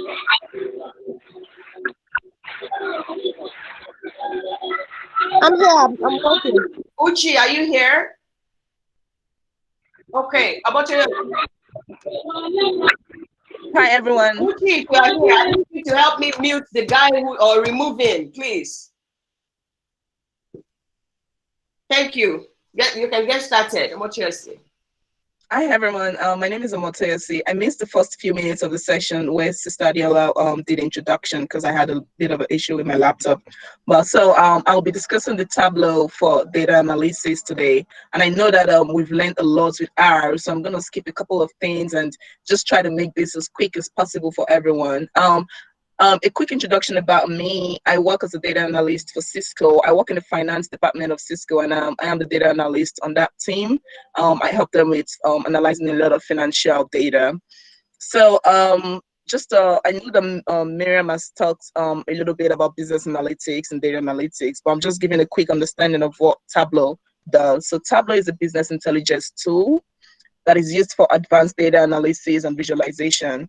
We have so many other different kinds of business intelligence tools like Power BI, Oracle, MicroStrategy, etc. So prior to Tableau, most analysts build their dashboards on Excel and then transfer to PowerPoint. I'm pretty sure a lot of you are familiar with Excel and PowerPoint, and even I am currently using PowerPoint for this presentation. So, but Tableau is a tool that can provide both in one for you. You know, you can build your dashboards on Excel and you can also present it on Tableau. You can build the dashboards on Tableau, present it on Tableau. So, Tableau also can provide like really great insights into like your customer data and data that you would not normally be able to understand. Like, trust me, like prior to Tableau, I could sit with Excel, like, because I analyze like millions of data. Sometimes I analyze up to like 10 million data. So prior to Tableau, everyone knows that Excel crashes at a particular level for data. And Excel, you have to clean up the data, you have to understand the data, and then before you now start to like create like graphs and sheet and all of that on Excel. But with Tableau, it's called the drop and drag tool, because Tableau, you just have to drop and drag. I'm going to show you a lot of the things that we're going to do today. And you could see like, you could create like different insights in the data. You could see like things that you'd normally not be able to understand and analyze using Excel. So at the end of this class, my hope is that you'll be able to create a simple dashboard for presentation. And one more thing, at the end of this class, there's a little practical that I'm going to give everyone. It's like a take-home assignment. And the first person that can complete that assignment and submit it to us would get, I know it's not a lot, but we'll get a $50 gift. So that was one thing I was just going to add to that. So I want to know. So I want to be sure that you guys understand what we're gonna, give to you in this particular class. Tableau is extremely easy. It's, R is a complex one, which is why we knew that it was gonna take, more time. I know that how it could get very complicated. So, and this is not, I don't want you all to listen to this class and just go back, to your normal life. You're not going to become an expert that way. Even if it is 1 hour a week or 2 hours a week, dedicate it. There are so many sample data sets online that you can use to practice that would make you a better person at this. And even if you're currently in Nigeria right now, your goal is to move to the United States sometimes next year. You want to move to this country with the skill sets that's going to set you apart from everyone else. So, and I feel like this is the best way, to learn.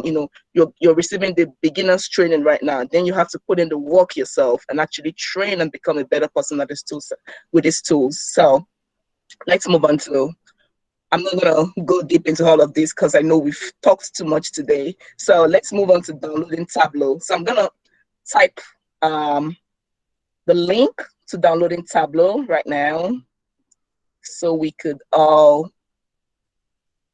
So I hope that you all are gonna go with me and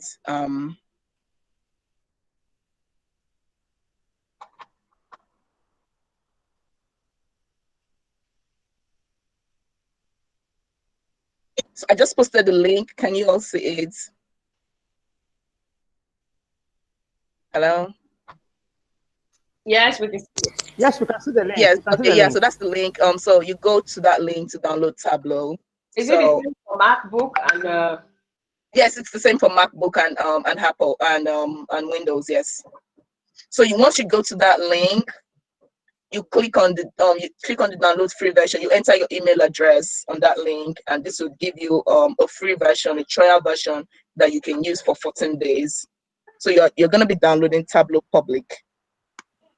Please expand your PowerPoint. Oh, sorry, I'm trying to, okay. I'm trying to like shuttle between the PowerPoint. Thank you. Hi, Omotoyosi. I'm so excited about my dashboard. Thank you. I'm going to tell everybody, they will know.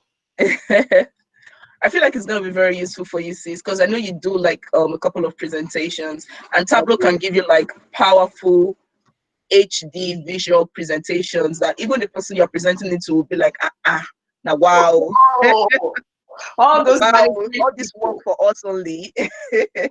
Thank you. This is important to my career, and I'm so thankful to both of you. Thank you.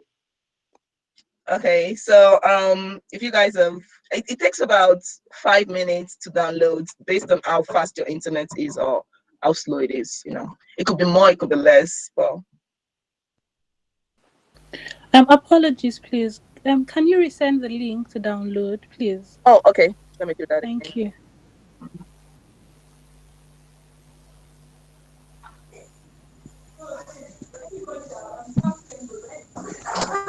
I just posted it. Okay.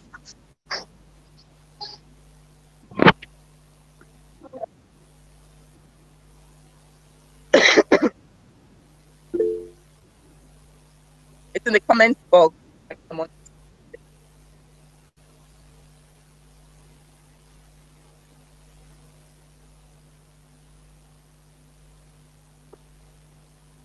Let me know if you guys want to move on. If you downloaded it. Yeah, it's going to take a bit Sorry, of time. is it that large? We're 417 MB. Sorry.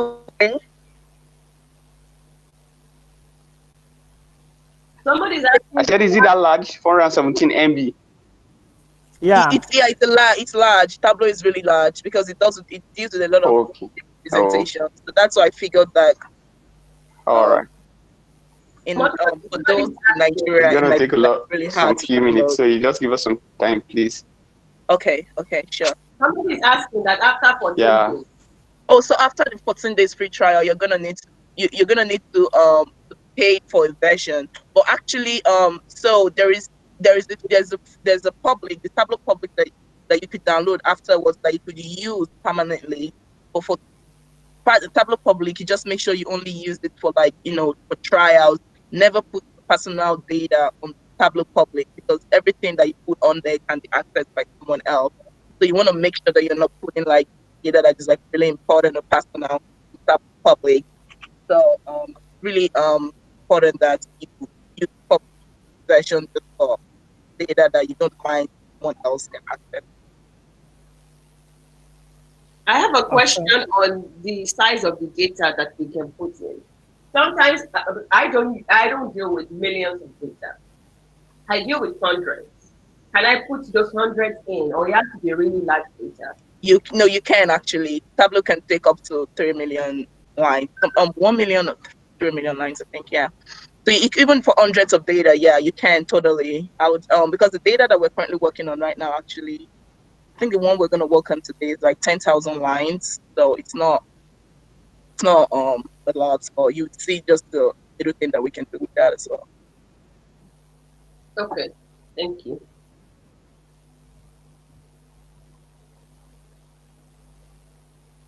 Okay, so while you guys are downloading Tableau, I'm also gonna post a link to where you can download the data sets we're gonna use, so that you can download both at the same time and we're not, stuck on the next page.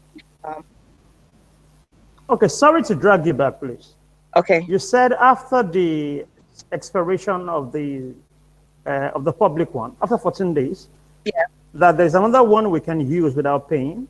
Yes, there's another one that you can use without paying. I'm gonna post the link for you guys. Okay, good. Yeah, I'm gonna post the link for you guys as well that you can use. So it's just public. You use it just publicly, just for practice and trial. Yeah. Okay. Okay, But that's fine. don't ever put important data on there. That's really, really important. Yeah, just practice data from stuff we got online and all that. Okay, so I just posted the link again to I figured that downloading Tableau would be an issue. I can see a lot of people saying confusion. Yeah, I'm so sorry about that. So yeah, I just posted the link to downloading data sets we're gonna put on today as well. Yeah, it's a huge, pretty huge.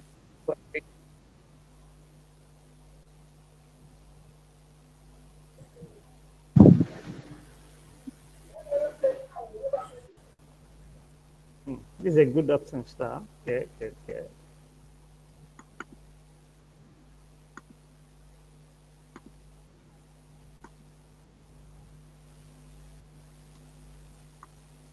Oh, sorry, no. The first link I posted for the data set, kindly ignore that. This is the first link I posted is the data set for the practice Tableau work. You guys are take home an one that is in for. So the first person to finish on that practice that in $50 would be data science mentee for the week. We're gonna put your picture on our website. We're gonna help you with any questions you have about relocation to America or transitioning to PEM, or we're just gonna help you through any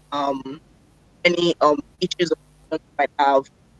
So that's courtesy of for this class. So we hope that after the class, you guys will be able to, go back and practice with that practice data set. And your line is breaking. Can you guys hear me? We can hear you now. Oh, okay. So we hope that after this class, you guys can go back and Yes. practice that and win something. Are you tweeting, guys? Are you tweeting at all? I can see a lot of beautiful faces. Oh my God, you guys are just chilling. Can I ask a question, please? Yeah, sure. Yeah. So you said the first link you sent to us is not the right link to download the. I don't understand. Oh no. For Tableau, that's the right link. I was talking about the data sets.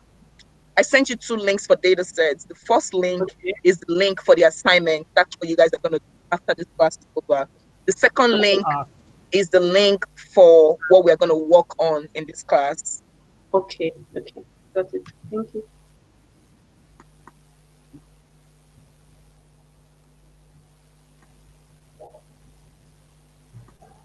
Hello, can I ask a question? Yes, please. Yeah, sorry, I already have Tableau public. Okay. I need to download it again. Are they all the same? You need to what, sorry? Do I need to download this one? Are they all the same? No, they're the same. Yeah, if you have Tableau public, that's it. You Okay, don't need to download again. Yeah. Right, thanks. Joyce. Yeah. Hi. Hi. Yeah, for the sample data set, did you post it on the chat? Yeah, I posted the link. Let me repost it. Okay, because I don't see it. Thank you. Yeah, I think it's like network issues. I'm gonna work right now. All right, thanks.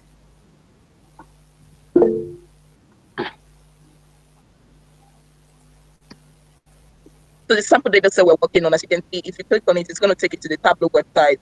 So we're getting the sample data set directly to Tableau itself. So it's just a pretty easy sales data.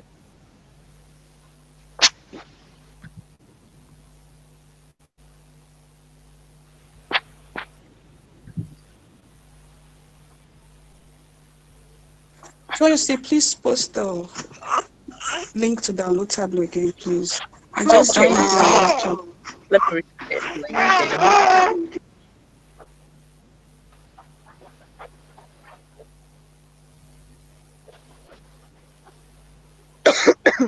So, Teresi, are we waiting for the rest of the people to finish the data set? Hi, before we Adeyemi. do anything?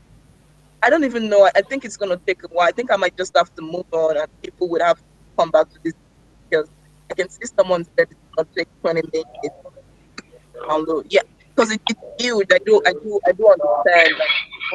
Like, huge. I probably should have asked everyone to download it.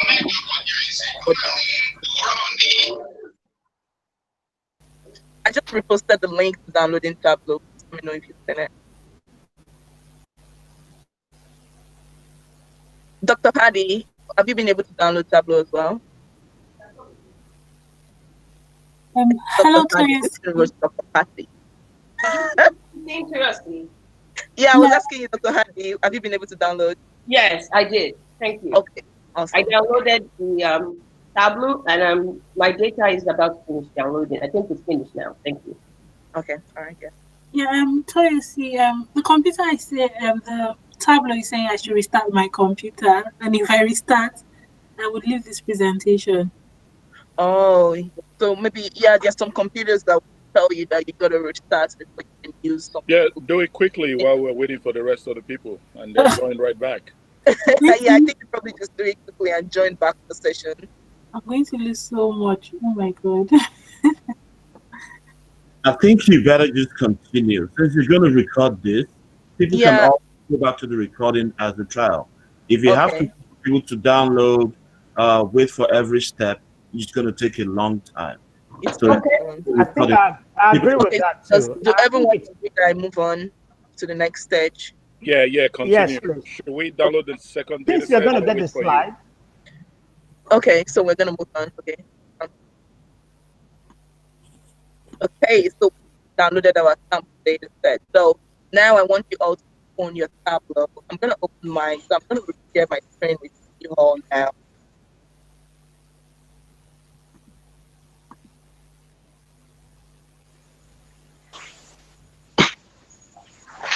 We're seeing your face.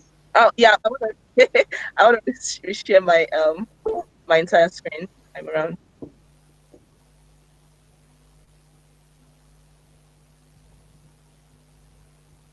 Please make sure to put your stuff in the mailing list. Please click on the link to the mailing list and register yourself so that you can get the slides and every information that is being shared. Please don't miss out on putting. We are not going to collect your name or to drop your email address on the chat. We want you to use the mailing list. Thank you.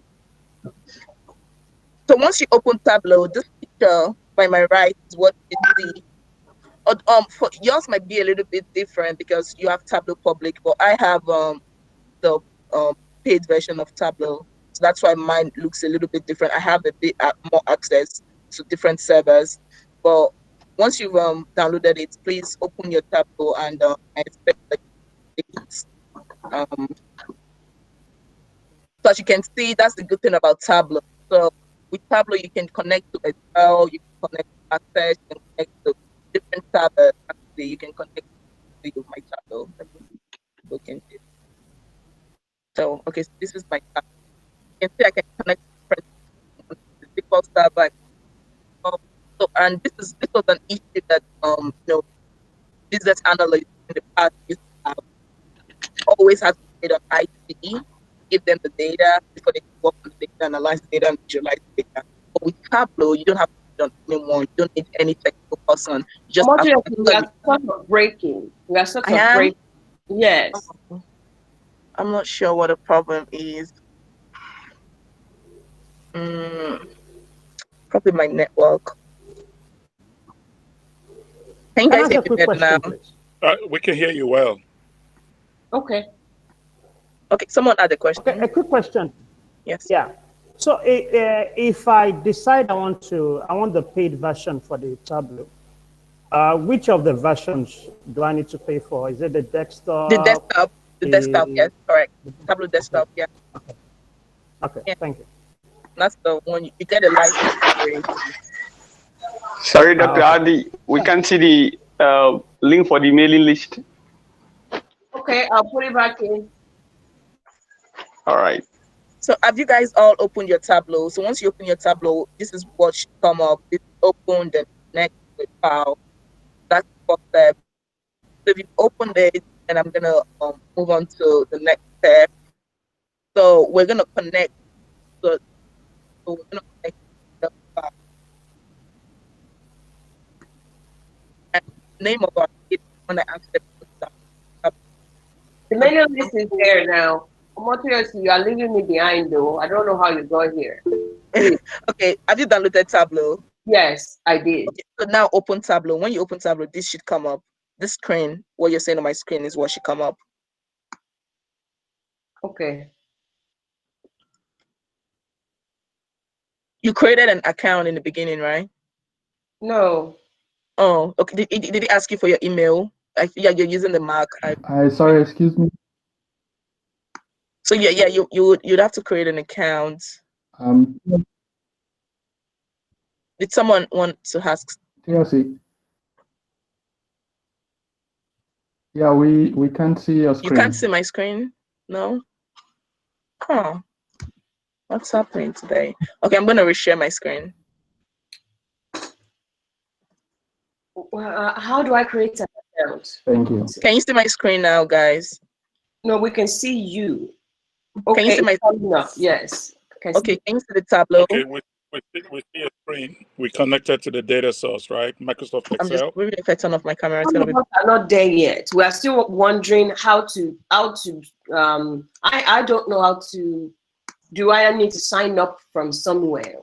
So you've downloaded Tableau. Okay, try and open the file you downloaded. Just try and open it right now. How? How do I open it? Once you download it, it should come up by the left-hand side of the. We can't see your screen. You can't see my screen still. Can you see your screen? Okay, let me just share a window. Tableau.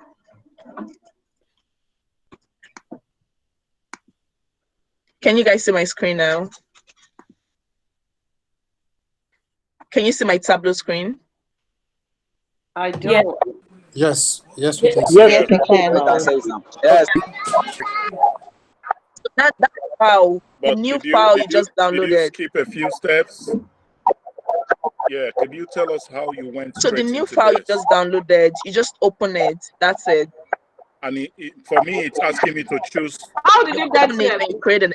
If you Yeah, created it's an asking me to choose account fields. before you downloaded it, it's gonna open up. You did not create an account before, you're gonna create a new account just with email and password. That's it, and then it opens up. Yeah, I went past that stage, but it's asking me to choose the fields and things like that. Asking you to choose the fields. Yes. Oh, Tableau Public probably works differently. It's telling me drag tables here, like if I'm doing SQL or something. Oh no, that's probably like a training session. Is there a way to skip it? Do you see like a skip button there? It says use data interpreter. Let me go back. Let me go back. So I opened. I don't see your screen. I see a blank screen. It shows a camera that is not activated. Okay. All right, I'm gonna go back. I chose Tableau Public, and when it opened, I selected the data set from your website, Techavilly. So No, the second data set from Tableau websites is the one we're gonna be using. Oh, it's the second data set? Yeah. Okay. Can you post the link for that? Posted it. The Techavilly data set is take-home assignment. Let me repost the link again. Oh, okay. Sorry. So the first data set, that's not to be used right now. No, that's not to be used right now. Okay. No. Thank you. So am I the only one who don't see her screen? No, I stopped sharing now so I could reshare. Okay. You stopped sharing at the point.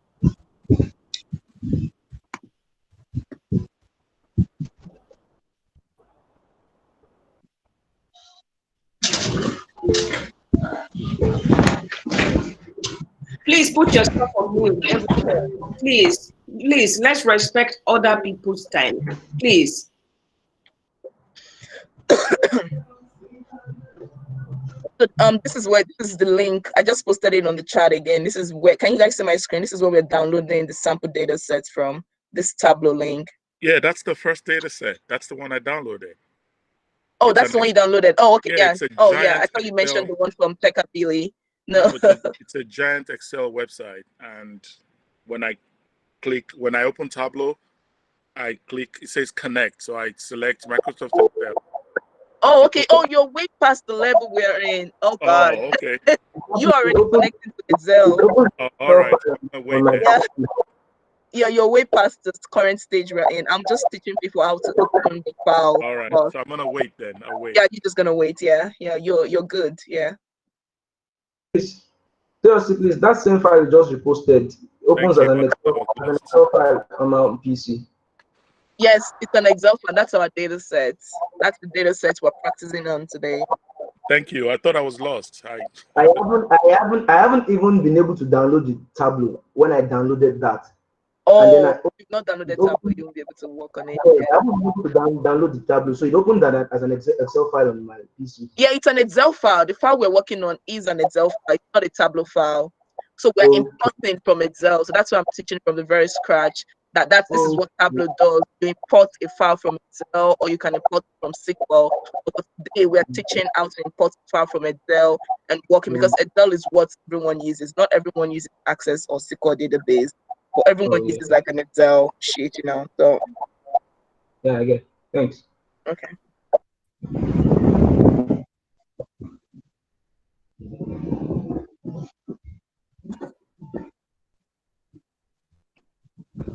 So let me know if you guys have been able to open the Tableau file you downloaded so we can move on to connecting to the Excel database and pulling the data we just downloaded.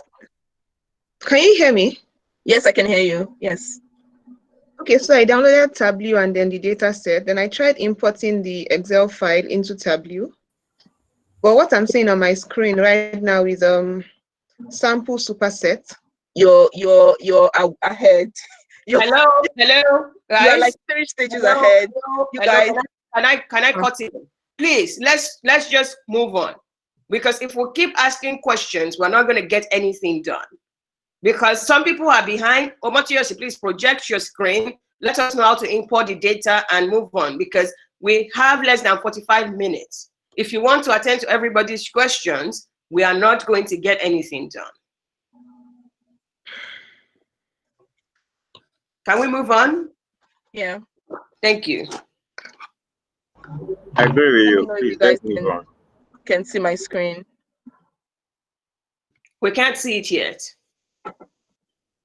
Can you guys see it now? No. No. Okay. Wait on.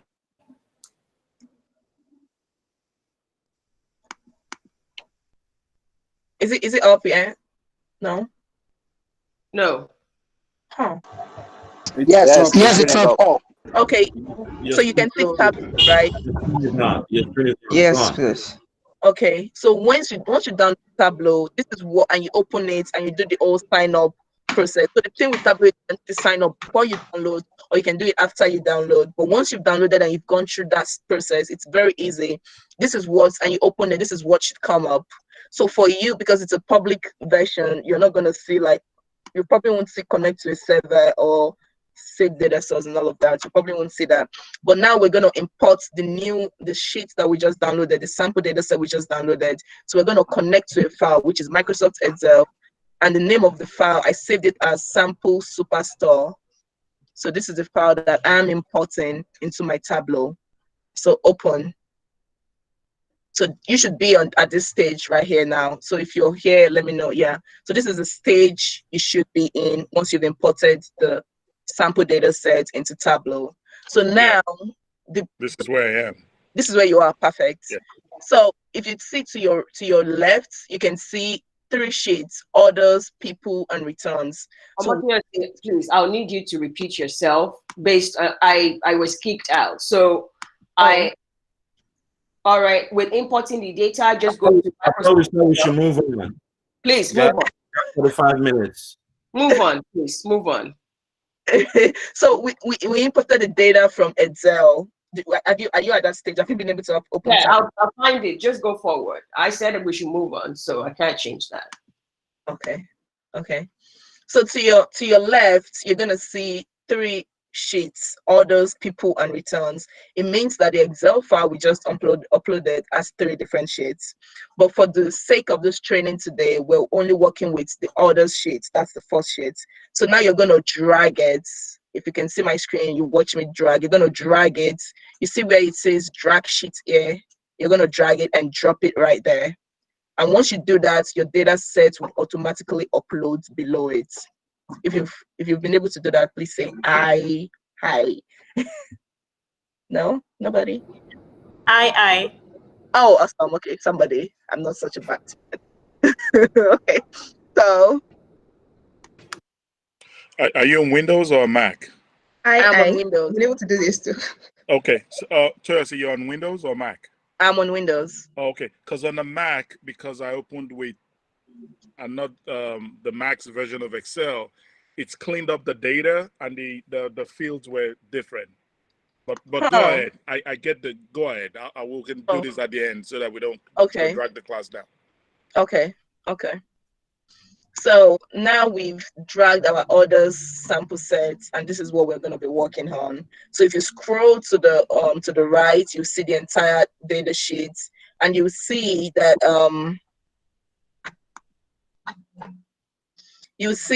to your right, Tableau. So if it's for country, city, state, you can see the above, like there's like a little world sign on it. That's because Tableau is smart enough to understand that these are like regions. So now we're gonna go to sheet 1. So sheet 1, this is where we're gonna work on visualizing this data and creating our dashboard. So I'm gonna try and be as fast as possible. So now we're going to sheet 1. So I'm gonna share back my Excel, my PowerPoint. If you can see it, please let me know. So we've passed this stage. Now, I just want to give a quick explanation of of dimensions and measures. If you're on your Tableau file, I'm going to be going back and forth between both of them. If you're on your Tableau, you can see that the new sheet on our sheet 1, Tableau has divided our data. That is this data we had from here, from this very first place. In our sheet 1, Tableau has divided it into dimensions and measures for us. Now, if you take a good look at what the dimensions are, what the measures are counts. Measures are quantitative, things that could be counted. Dimensions, on the other hand, are like things that can be segregated. So I gave a little bit of explanation in this sheet just to give us an understanding of what dimensions and measures is. So if something falls as a dimension when you're working on your data and you want it to be a measure, you can always drag it. So now we're going to create a graph that shows the difference between the kind of variables that we have in Tableau. So this tab on my PowerPoint sheet, can you guys see it? We're going to replicate it on Tableau now. Can you guys see that, my PowerPoint? Yes, we can. Yes, okay, so these two different discrete versus continuous. So discrete in statistics is something that that is finite. Continuous is something that is infinite. Like maybe like sales data is continuous because you keep adding to it, right? Like it doesn't stop unless your business ends. So it's a continuous kind of data. But data that has a hand, that is, you know, maybe like a research work that you're currently working on, that's discrete data. So we're going to do two different kind of visualizations. That's discrete versus continuous kind of data right now. So we're going to go back to Tableau right now. And how did you get this sheet? Sorry, what did you say? How did you get the sheet? What sheet? Like sorry? sheet 1, sheet 2, sheet 3. Oh, it comes up automatically with in Tableau. So you see, this is the first place. This is data source. This is the first place you were in Tableau. Then you now move to the next stage, just right beside it, right to the right hand side of data source. Sheet 1. Yeah. Can you see it? Yeah, sure. Yeah. So you just click on it. Yeah. So now we're going to replicate what we have here. So we're going to use quantity and sales data. So we're going to drag quantity here. Now, if I open my quantity, you see that quantity shows up as continuous data, but it's not continuous, it's quantity. So I'm going to change it to discrete. And sorry, just going to pull that out, drag it right back out.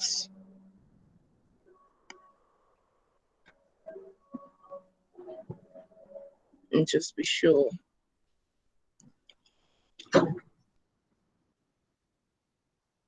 You want us to move quantity to columns, right?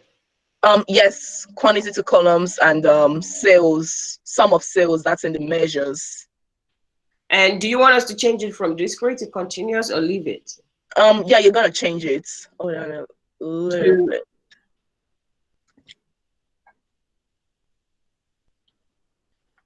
So the quantity from measures, yep. What do you want us to change quantity? No, you're gonna change quantity to dimension. Okay. Yeah, change quantity to dimension. I'm gonna explain why we had to change it to dimension, because as you can see, we're picking quantity from measures. So normally you're supposed to, when you're doing a visualization, you're supposed to use both dimensions and measures. But when you're using both measures, you're gonna have to change one of the measures into a dimension. Does that make sense? Can you re-explain what measure and dimension means again? Okay. So, let me share my PowerPoint again, guys. While you're explaining that, is it taking that from your data set? Is it using the fields taken from the data set? Yes, that's correct. It's using the fields straight out of Excel. So if it's numerate, it will take it as correct. Okay, and if it's descriptive, it will take it as the other one. Yes. Okay. So I'm going to explain measures and dimensions again. Anything that can be aggregated is a measure, i.e. region and quantity example. That's what I'm going to show. Shows us how dimension and measures work. Tableau is typically smart enough to identify dimensions and measures, but sometimes it mixes it up. You know, something you want to be a dimension can fall under a measure. Now that's an example of what I'm giving you right now. Our quantity, we want our quantity to be a dimension, but for this file that we worked on, it classifies as a measures. So I'm teaching us how to change it from a dimension to a measure so we can analyze the data. Okay, sounds good. So I'm like screaming from the top of the house. Is that me? I'm not watching all this wonderful stuff. So I'm gonna start it all over again. So I'm dragging quantity to the column section so you can see how it looks like. Then when I change it to the dimension, instead I changed. So now we're gonna drag sales and we have a continuous graph. This is a continuous graph because it's sales and it keeps going. So this is like a line graph and it shows us, you know, quantity, and this is the sales that we had for this period. Now we're going to change this to discrete. Sorry, a little bit. Ctrl Z is undo in Tableau. It's the same with everywhere. So Ctrl Z, just Ctrl Z, and it works. Yeah.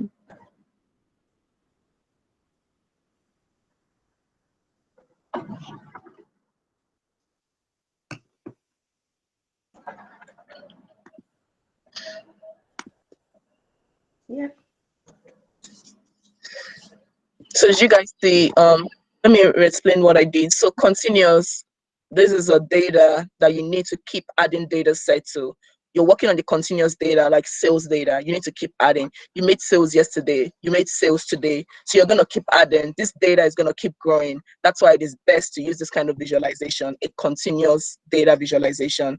But for something that is like, maybe you're working on a research, something that is like fixed, it's finite, that's discrete. So we're going to change that into this, just like a bar chart.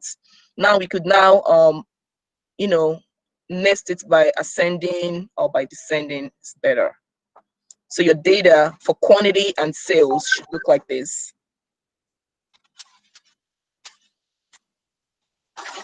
If you've got in here, do let me know. And for Tableau, this is a colored section. You can always change the colors of your data here. There's so many colors that you can use, so many colors. So many different colors. So anyway, this is just a quick training on how to switch between dimensions and measures when you're analyzing. Remember, always remember that your left-hand side is where you have your dimensions and your measures. This is where you have both sections. So if you can see our dimension, see we have category, city, country, customer ID, you know, these are things that are finite. Then our measures are like discount, profit. These are numbers. Those are our measures. So just have it at the back of your mind that measures are typically numbers, things that you can count, or things that you can aggregate. That's the right word to use. Things that you can typically aggregate are your measures. Please, how did you get the chart again, the bar chart? So I changed that from continuous to discrete. So remember, continuous, we had this line graph. Now I changed it to discrete from quantity. Just go up to where columns is quantity, change discrete, and you have a bar chart. Then I now arranged by ascending, and you have these. You change the color on your left hand side to whatever color you want it to be. You know, green, blue, whatever. Yeah. So since we're pressed for time, I'm gonna move on to the second slide. The second sheet. So now we're gonna do a calculation of sales by region. So that data that the data we're currently using is the data of sales for the whole United States for a company. They have different regions. So now we're gonna do a visualization. We want to see what our sales have been per region. So I'm gonna drag region here. As you can see, Tableau was smart enough to put region under dimension. So that's good for us. Then I'm gonna drag my sales to my rows column. And that's it. So now it's just showing me all of these regions. I want it to put the region, you know, the name of each region up there. So I'm gonna just drag region name. Where's region name again? Region, and just drag on top of label. To your left hand side, you can see under automatic, you've got color, you've got size, you've got label, detail. So because I want it to label each region, I'm going to drag this region from the dimension and drag it right on top of label. And you can see it automatically names them right on top. Now I could also change it, in ascending or descending order. Now it's in ascending order. We can see that the West has the highest sales for this region. And now, I could also. How did you do the ascending order? Sorry. It's up here. Can you see where my arrow is on? Nested on descending. Oh, at the top. Nested on descending. Yeah. But this can you make each bar different color? Yes, you can. Yes, we're gonna do that. Please tweet at us, guys.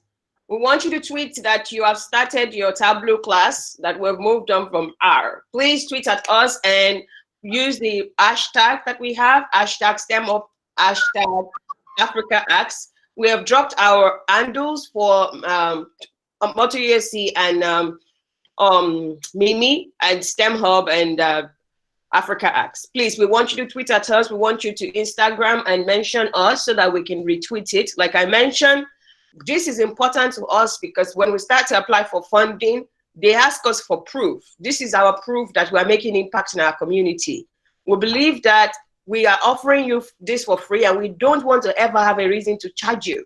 Please help us elevate our voice so that our leaders can really find out that we are really impacting the community. We believe the least you can do for us is to help us do a tweet or help us post this on your Instagram or your Facebook so that other people too can benefit. We're begging you, please help us so that we can be able to have access to more money to continue to fund our programs and make it available to our community for free.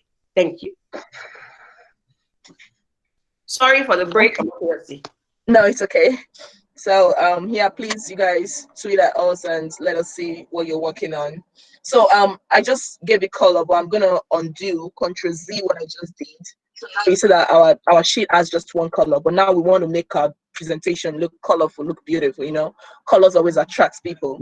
So so we want to color it by region. So I'm gonna drag a region for my dimension and put it right on top of color. At the beginning of this class I said Tableau is also called the drag and drop tool. You literally just have to drag whatever you want to view. So I'm dragging from region and dragging it right on top of color, and see, we've got beautiful colors. You can change the colors to whatever you want as well, to anything you want as well. You can change that. So we're gonna rename these region sales.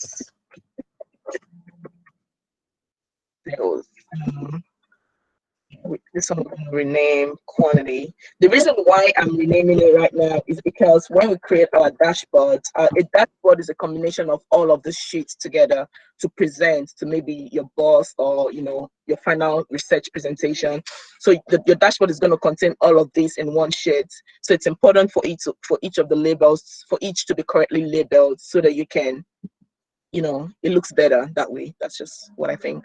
Anyway, so we've got region sales, and then now we're going to move on to so we can see our sales by region: west, east. We can see that the south has a least sales, 391,000.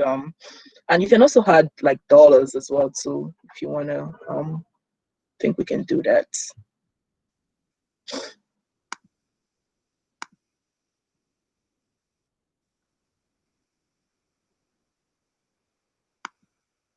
Always.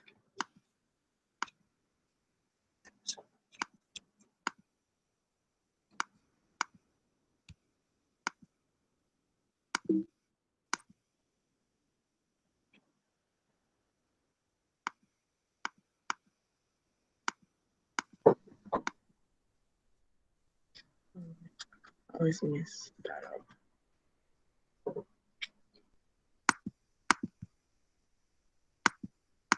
Sorry.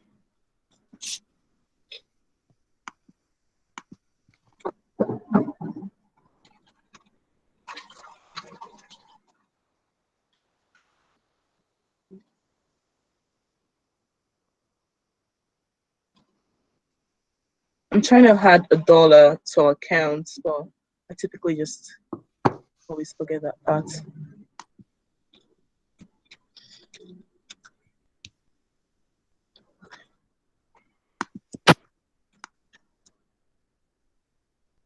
Anyway, not to waste time, I'm going to move on to the next sheet.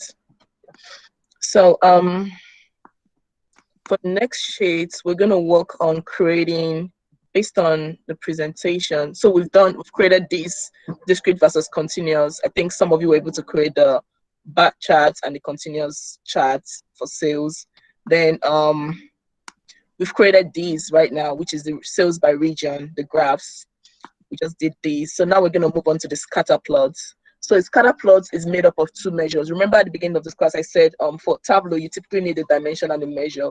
So a scatter plot is where that Sorry, excuse me. How can we have the legend? How can you add the what? Sorry. Legend to the graph. Legions. Sorry, the region? Did you say region? Legend. Legend. Legend. What's a legend? Sorry. Toyosi, go back to the previous slide. Okay. Legend. For the column. Yeah. The region where you have it on the far right, top right. So your what? Sorry. So your legend is like naming the axis. Oh, I already did. Yeah, I showed Okay. you guys how to name the axis, right? Okay. Did you miss that? Let me go back and show you. Please mute yourself. Mute yourself. Whoever has. This was what we did. We just dragged it on label. So I'm gonna Ctrl Z it and undo it right now. Oh.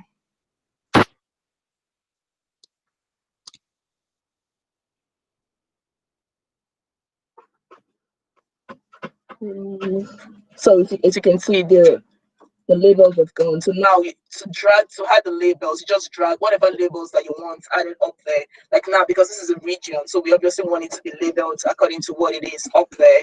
So I'm gonna drag the region to the label, and that's it. It names it West East. Was that your question? Yeah. I think what he's asking is despite this West, East, Central on top of each bar, in that slide, you have them at the far right, top right corner in small boxes where the each color and okay, yeah, that's automatically on your Tableau. Sorry, that's me. You have it here. Can you see my screen now? Can you see it on my screen now? Yeah. It's automatic with Tableau. Tableau picks it up automatically for you. Once you had the label, it automatically comes up here. But because this shows you different kinds of graphs that you can do in Tableau with the data that you have, I could change it to this right now, but that's why it was covering the labels. I don't know if this is the labels you're looking for, but yeah, this is the. Yeah, that's it. How do you bring it into the graph by the side? It's automatic. So you see where show me is. Yeah. Just double click on show me to take show me off and on. Once you take show me off, it should come up. Can you see it on your own sheet? Yeah, I can see it. Yeah, so it comes up automatically once you've dragged your labels up on the it comes up automatically. Yeah.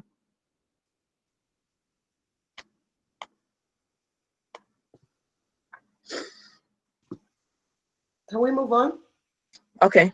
Our time is fast spent. We have 19 more minutes. Yeah, okay. I'm gonna try and rush as quickly as I can now. So we're gonna do like the scattered plots. That's just very very easy. So because we need want to see the scattered plots of so we want to see our data, profit and discount to see, so we're gonna drag the discounts, gonna drag profits, and then we're gonna double click on that and give it a color.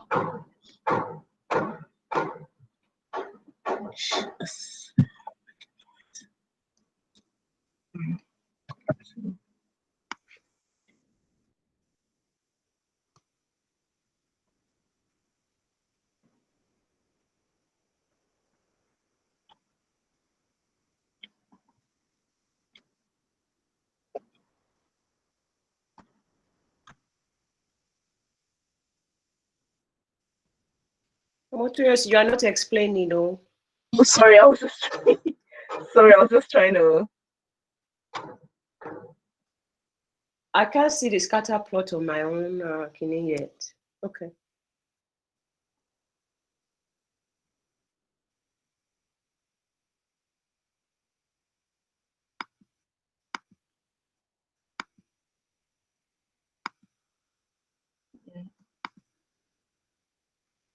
To measure, not a dimension. Sorry, I'm kind of confusing. Okay.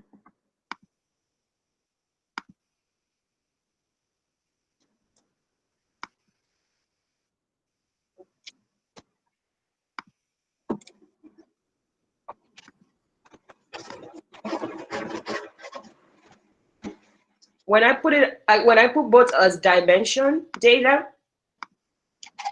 and I put it as the profit is continuous and discount is continuous, I have something like a scatter plot, but they're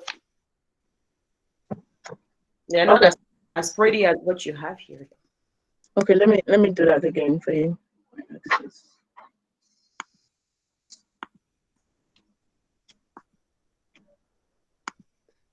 No.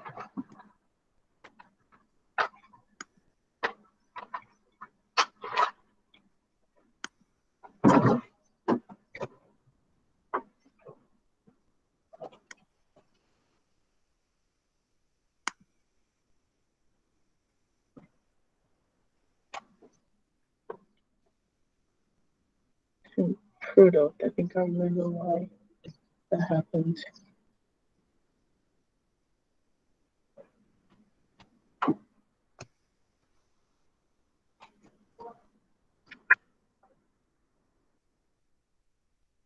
Do you want us to change the data to sales? No, I think I messed it up a little bit here. Discount.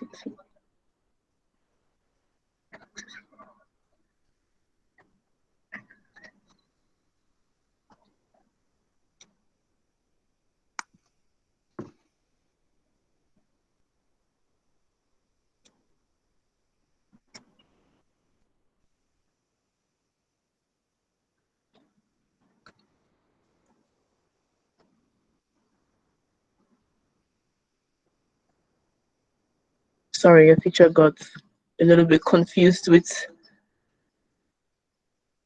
the scattered plots. I don't really use this as often as I should.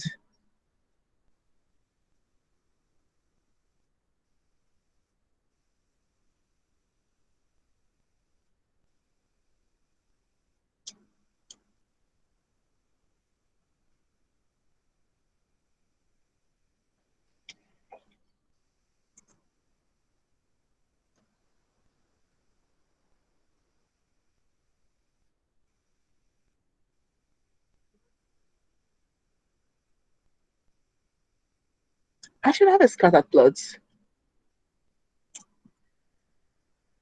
Or instead. Why do we have one dot? Yeah, that's what I should have a scattered plot, not one dot. Hold on a little bit.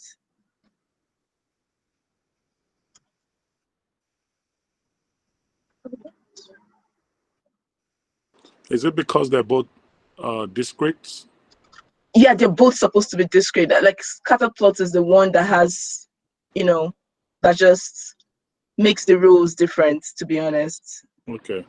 Yeah, scatter plot is the one place where the rule is different.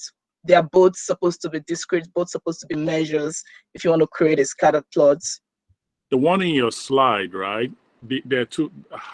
I'm just trying to visualize now. Yeah, your slide. Yeah, How do you know which circle is profit and which circle is which one is sales and which one is discount? It shows once you click on it, it gives you. Oh, it tells you the details. Okay. Tells you the details. Yeah. Okay. So you just click on it. So as you can see from I created it on this before I took a screenshot and handed to the slide.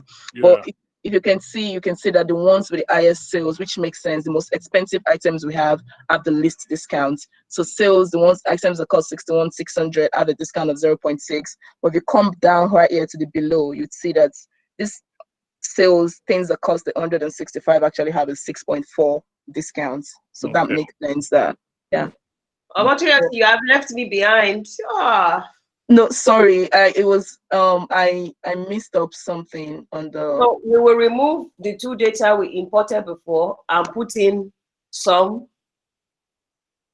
No, sorry. I'm going to try this again.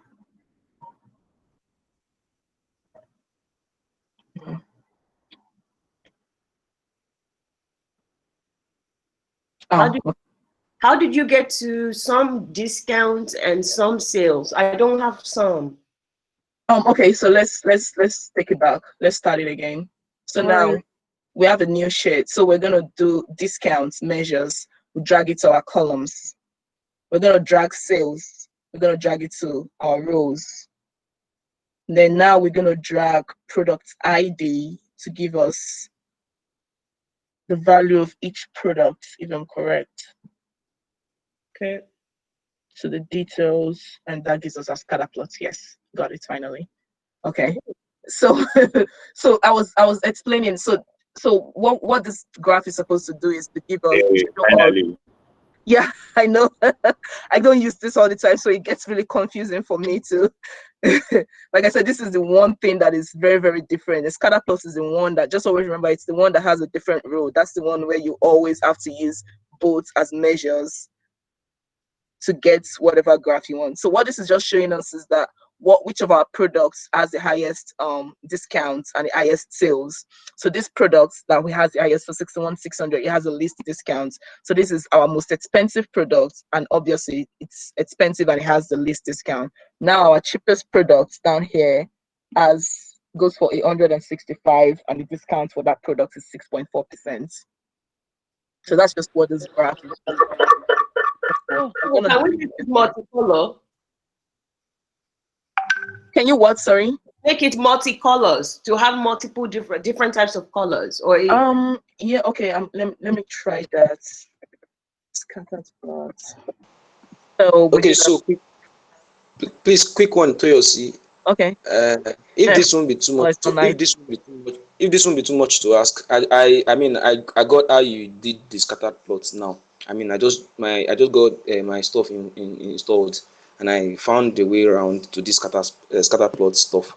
Okay. But if it won't be too much to ask, if you can quickly do a rundown on the last two sheets you did after you're done.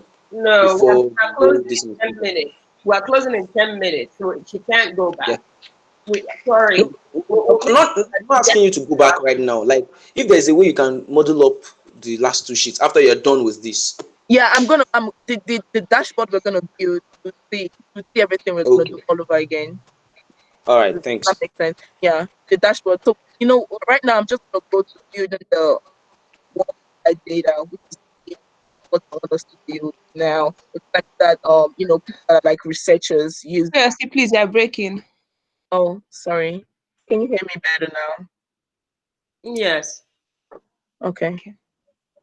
So oh no, this is just an old sheet. I'm gonna teach you how to get here. Don't worry. So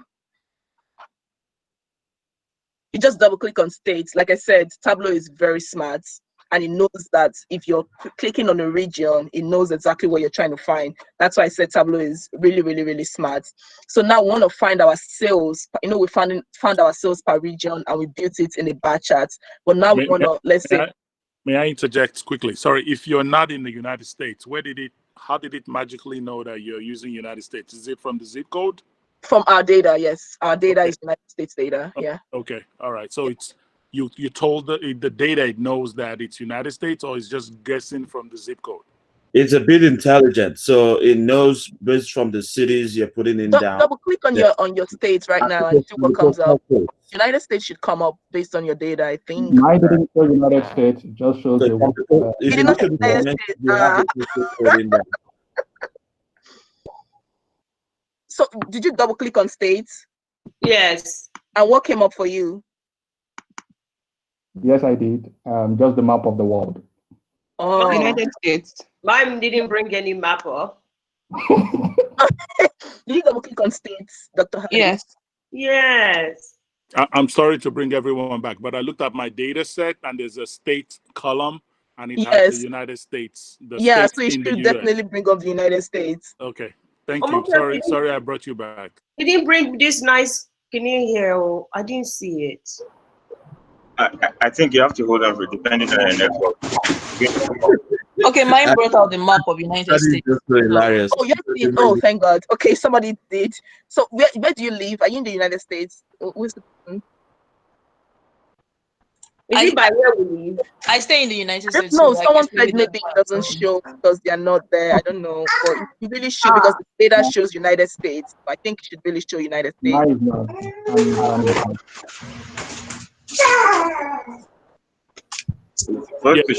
If you look in your data set, it has fields, right? And the fields are date, product name, product ID, county, state, salesman, and I think that's where it's getting it from. Yeah, so it should. Yes. So I opened sheet 4. I put in my longitude as columns and rows as latitude. Is there anything I have to change? No, you're not. No, don't put in longitude and latitude as your rows. No.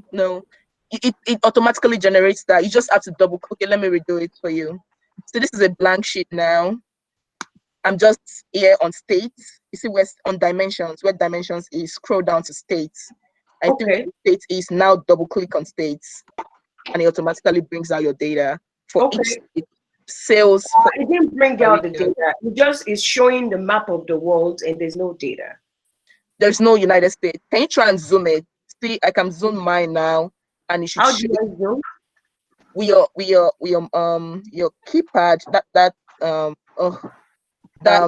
With the ball on your mouse. Yes, thank you. The ball on your mouse. Well, I have MacBook. It's just the crazy stuff.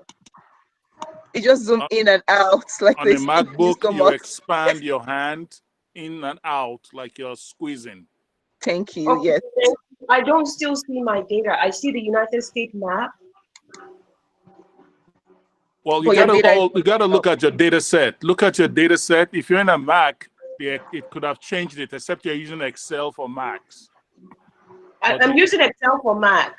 I have Excel. Then, go to your data set and see if you have states. Okay, thank you. You can keep going. I don't want to keep you. Sorry, guys. Is it okay if we spend 10 to 15 extra minutes? Yeah, it's all right. Fine. Yeah. Okay, because we don't want to rush. I need my dashboard so bad. I need to go and booga on Twitter. So please, let's try to just give her 10 more or 15 more minutes to round up. Okay, so if we look at this data, all of this data that you can see on the screen. If I can ask a question, how do I view my data so that I can look at the day? Should I just go and open the Excel sheet, or what do I do? No, go to data source, back right here. Your very first sheet is data source. This is your data. It's right here. The very first sheet you have is data source. So your data should be, and we have states somewhere here, I think. My own data, I've seen the data source, and it has postal code. It has state. Yes. Why can't I now see the data when I got this data? Yeah. You should be able to see the data. Okay, I can. Excuse me, please. How do you get those labels? I'm not getting those labels. Which labels? These ones? Yes. It's automatic based off the data. That's why I said Tableau is very smart. So what it did when I double clicked on sales was that it picked up the sales data for all of the states. Do you understand? That's what it is. So now we're going to give you the count. I don't know. Am I the only one that's not having the label? Mine doesn't have the label. I'm not having the label as well. I changed the sheet to look so it can show us like its number of sales for each of the states. So Montana, Oregon, California.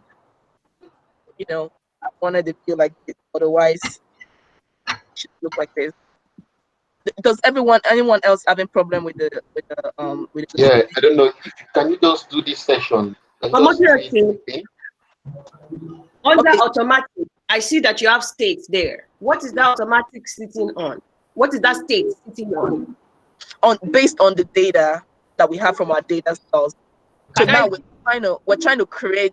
So it's like, okay, we want to give a presentation to our manager to show them, oh, this is New Hampshire, this is the number of sales we have. So you just want to give a quick view of all the company. That's what we're trying to keep with right here. So when you double click on it, you automatically pull up all of the pages that are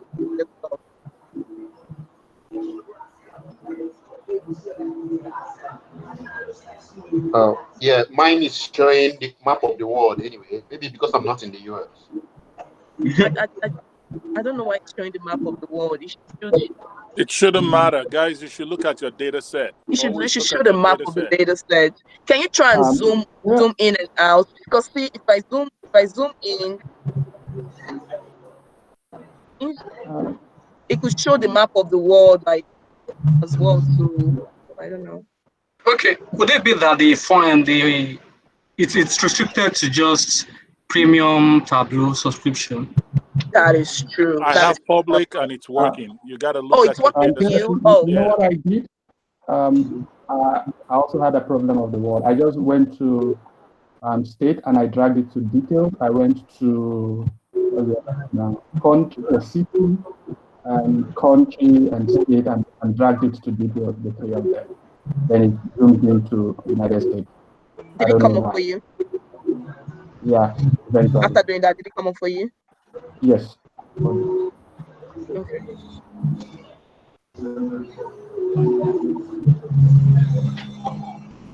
Omotoyosi, I will need a private class. I need to finish this.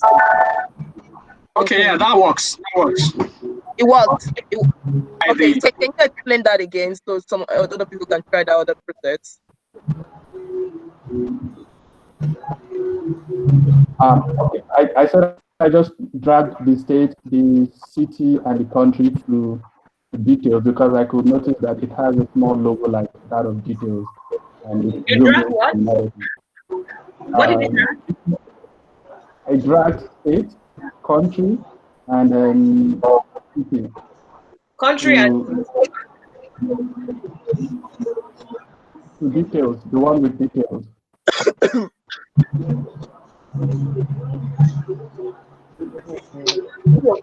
What did you say? Omotoyosi, can you repeat what is Country goes into label, and then state goes into details. Country to label, state to detail. Yeah. Thank you.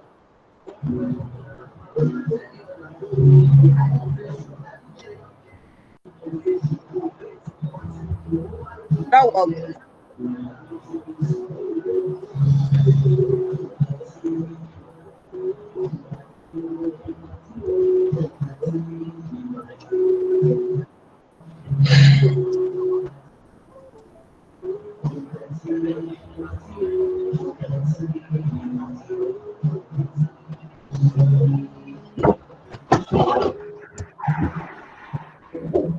That works anyway. What it showed on my side, sorry, is that it colored the entire American map, just like what is showing on Omotoyosi's page. Is that good? Like this? Yes, it didn't show the dots. Okay, that's okay. That's okay as well too. But it didn't show it didn't show the color, like it just gave it the same color. It just gave you this what I currently have on my screen, right? Yes. Okay. To this side, can you see where I'm clicking on? Do you have sales and states together here? No. So I would just drag and drop there, right? Or is there anywhere that I need to drag the sales to? Can you see? So if you have sales and states, drag states into size, then sales into color. See if that works.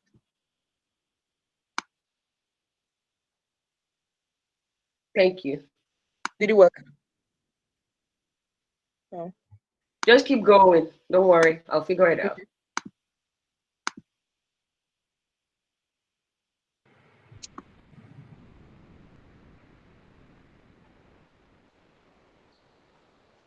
Yeah, this is great. Can you go back to the slides? Thank you. Okay. Thank you. This is great. We're done with that. We skipped this one, but this is profits by category. I think I'll just quickly go into this so we can finish up with this. Then this the sales by region. I was gonna show us how to, have the colors for sales by region. I finally got it. I got I got it in green. But how do I make plots? How do I make the dots? Oh, the dots is still not showing up on your screen. No, but I see the color, like multicolor for each state, and I have what you said I should have. Okay. So you have states dropped into size and some of sales dropped into color. Yes. And I have state in label. No, country in label and state in detail. Country in label and state. Okay. Like somebody else explained previously. Yeah, like what that guy said, yeah. But I don't have, I have the color. They look, I finally got it. Oh, it came up. Okay. What did you do? Can you share someone else's where you put your cursor on? I went to show me, and I went on the map, and then I click on that first one. No, show me. If you go back to show me. Okay. And then where your cursor is right now, I put it on there. Before it was on the second one. Okay. If I move it back, then it shows me the plots. Thank you. This is what tweeting. I'm so vague. All right. Okay, so we have our sales by states now. As you can see, Washington, California, Texas, Illinois, everywhere that there's a dot, that is where we've had the sales. That's just what it means. And the ones, as you can see, where we have really tiny dots, it means that our sales was really, and we can also increase the size actually of our dots. We could increase the size to make it bigger and bolder. As you can see, mine is very big now, too big actually. And just to make it, if you're having a presentation, you want it to be as bold as possible. Yeah. So the bigger the circle, the bigger your sales have been in that particular part of the country.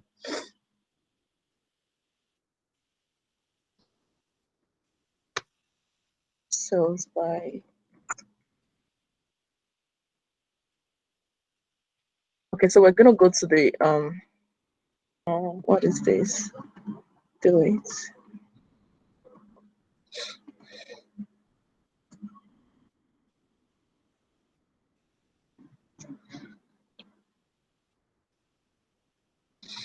Okay, so I can say we should go to creating the dashboard, that is putting everything together, or we could do an analysis of profits by category. So if you look at our data, you see that what the company does is that they sell furnitures and office supplies, and they also have a little bit of software, which is technology that they do.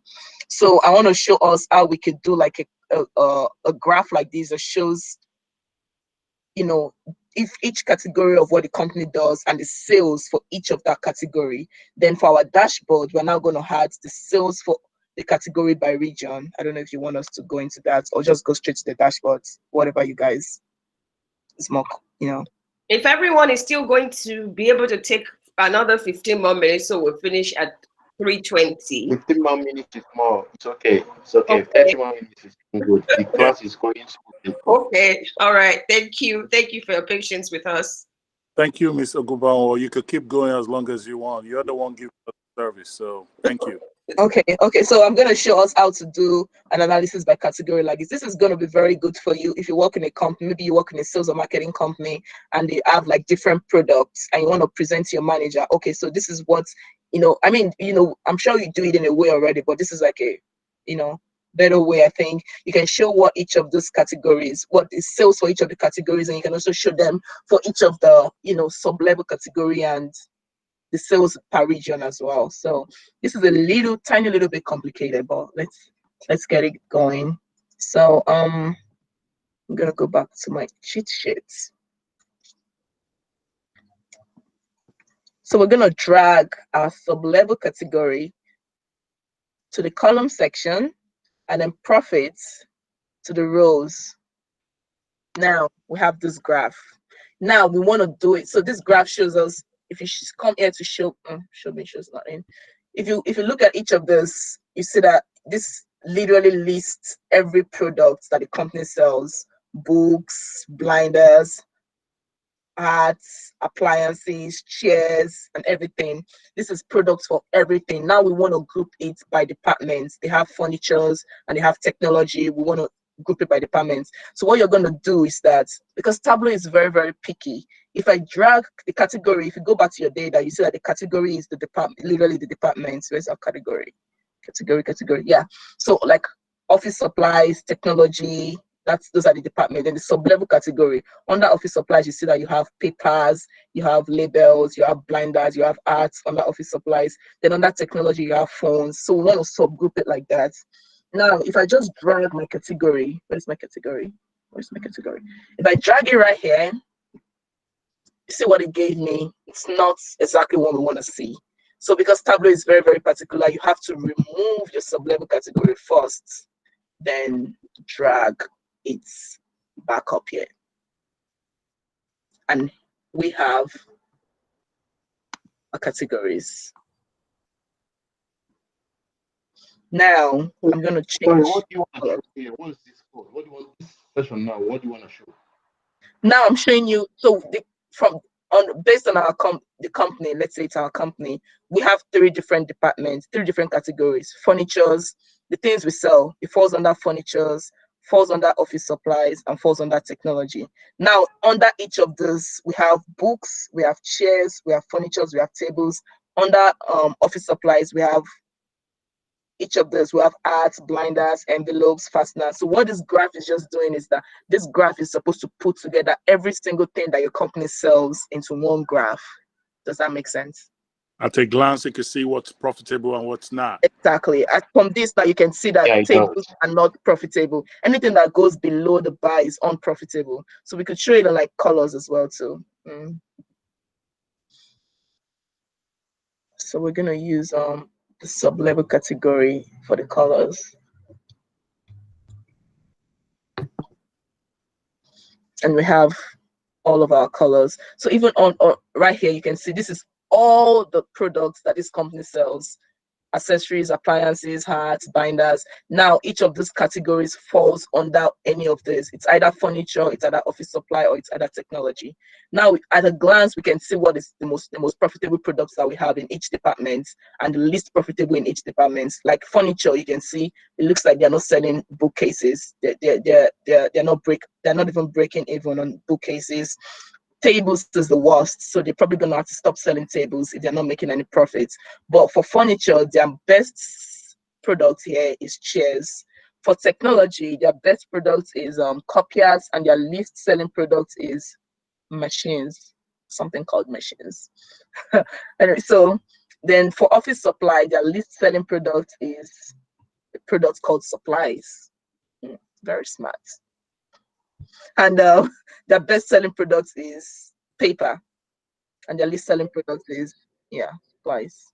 Their best-selling product is papers, and their second best-selling product is binders. So this is just like a quick overlook, depending on where you work and your organization. If you just want to have like a quick look of what product is doing good and what product is not doing good, even if you're working on the research as well. So you want to combine like all of your data into categories and then a sub-level category. This is the best way to do it. You just drag category to columns, sub-level category to columns, and then the total, your measures, is always your count.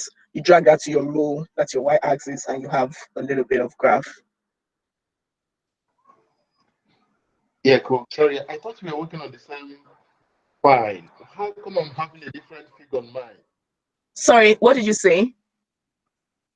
We are supposed to be having similar results, like the tables on yours is pointing at minus 20K, and then on mine it's 200K. Is that something I did wrong? 200K where? For tables. For tables. Yeah. Huh. What did you use? Did you use profits or sales? I used sales. Yeah, no, we're using profit. We're trying to look at our profit. Right. Trying to look at our profits. I mean, if we look at sales, let's see. Let me remove profit. Okay, yeah, perfect. Okay. Yeah, we can look at sales as well too. Just drag it down here, and then see if when I bring to sales, and sales is showing you the total count of the products that was sold, not the profits made on it. So when I sales, see we sold over 200,000 tables for sales, but it doesn't mean that we made a profit on it, you know. Exactly, yeah. Okay, perfect. Is it possible to put profit in front of sales and then will it illustrate it in the graph? Can we make it that complex? Let's see. The graph is so pretty. But wait, there is a way to do it actually.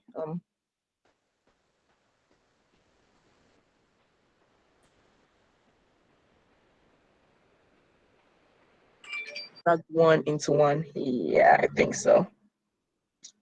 No, right. Okay, Control C. Let's track profits into sales. Let's see if that works.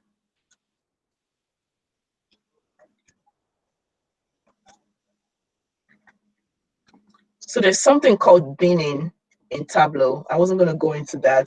So you can bin two things together. It means that you combine both.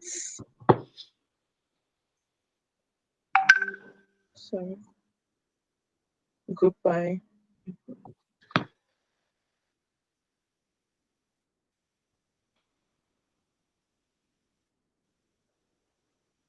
Okay. If it to slow you down, you can ignore it. I don't want to drag the class down by. Okay. Yeah. So so underscore profits. Okay. Now we're gonna drag it. Tweeting. Please tweet. We need those tweets and those Instagram mention. We need it, please. We need your help for that. I know you're concentrating on this class and it looks like I'm making noise. We want to be able to offer more qualitative class like this. Help us tweet. Thank you.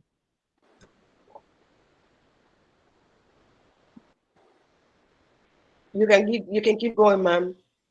Okay, so let me give you an. So when you want to combine two things together, like sales and profits, you click on sales, click on profits, then you create a new dimension, a new calculated field.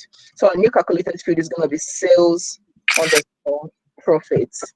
Now, when I did this, what it did was that it added up the count of everything for me together, and that's not what we're looking for. We want distinct counts of sales and the distinct counts of profits. So I'm gonna say count. Is count the right one to use actually? Okay. Count. Is it count of no? Count is not right. Count and value. Because the negative ones we just. If it does count, it's not gonna. Yeah. It's not gonna. Yeah, you can. I don't want to slow you down. I'm sorry I asked. No, it's okay. Actually, this is very good because I don't think it's slowing us down. Trust me, it's also part of Tableau, you know. Oh, okay. So I just been considerate. Thank you. Oh, very that's much. all right. That's all right. So count, select, and sum. Let's see if this is gonna work. Let's see if count and sum work. Calculation contains errors. No. Yeah, it's not gonna work. Yeah, I can't drag it because the calculation is wrong. Okay, so let's see. Yeah, see what it's doing. It's sales underscore profits. It's counting everything together. That's why we now have 300. And that's not what it's supposed to do. I wanted to give us a distinct count. There's a way to do it actually, but I gotta find a way to give it a distinct count so it's not combining sales and profits together, which is exactly what it's doing here. It seems there's a count distinct option there. So I was about to mention it. There's a function there in the drop down. You see this distinct count. Okay, counts distinct. Yeah. That one. No, it's giving a count ID of each of the products. That's not what we're looking for. Hold on. Let me remove. I was thinking there'll be a way to superimpose the profit onto the sales, and then it would delineate it.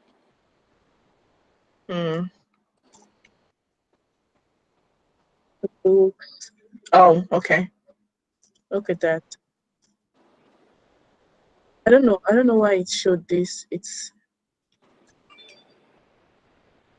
okay. Yeah, it's showing us furniture. Okay, this profits. This is what I was looking for. Yeah, this is correct. This graph is correct. Yeah, this is what I was looking for. But it's. Oh, okay. I understand what happened. Where machines. No, that's what happened. I thought this was a combination of both of them, but it's not.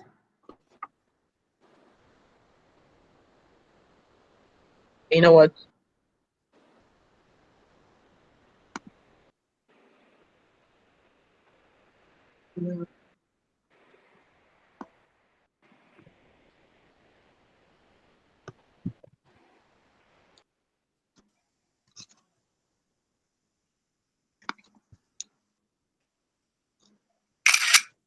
Oh, and also if you want to view your data, like view the data you're currently working on, you can always do that. Like just to make sure that your Tableau is picking up your right data, you just double click on it and.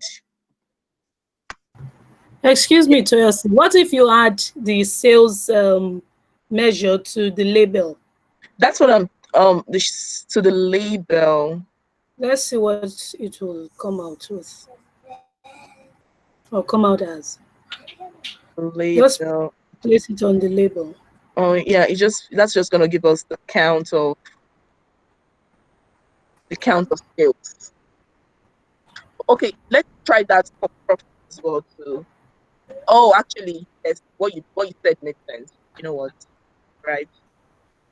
Remove. So we have a view of the sales alongside the profit on the same chart. Yes. Though not graphically. That's it. So we have profits and sales.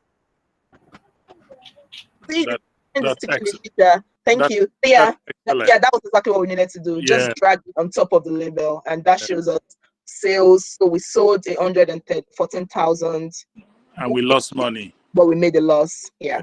Excellent. This is great. Thank you. Thank you very much. Thank you so much. Who was that? Thank you. You drag the sales on top of the label. Yes, and that gives us the counts on top of it. Okay. Thank you, doctor. I've not done anything. Thank you. Okay, we can move on now. Okay, so we're gonna move on to the last one.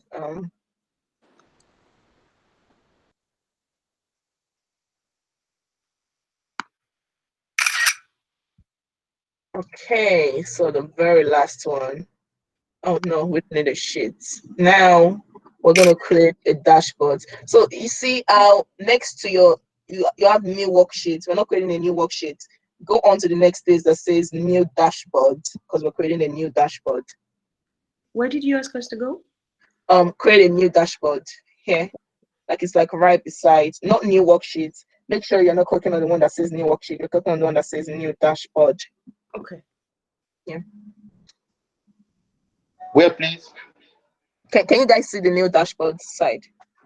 Yes. Can you hover your mouse there, please?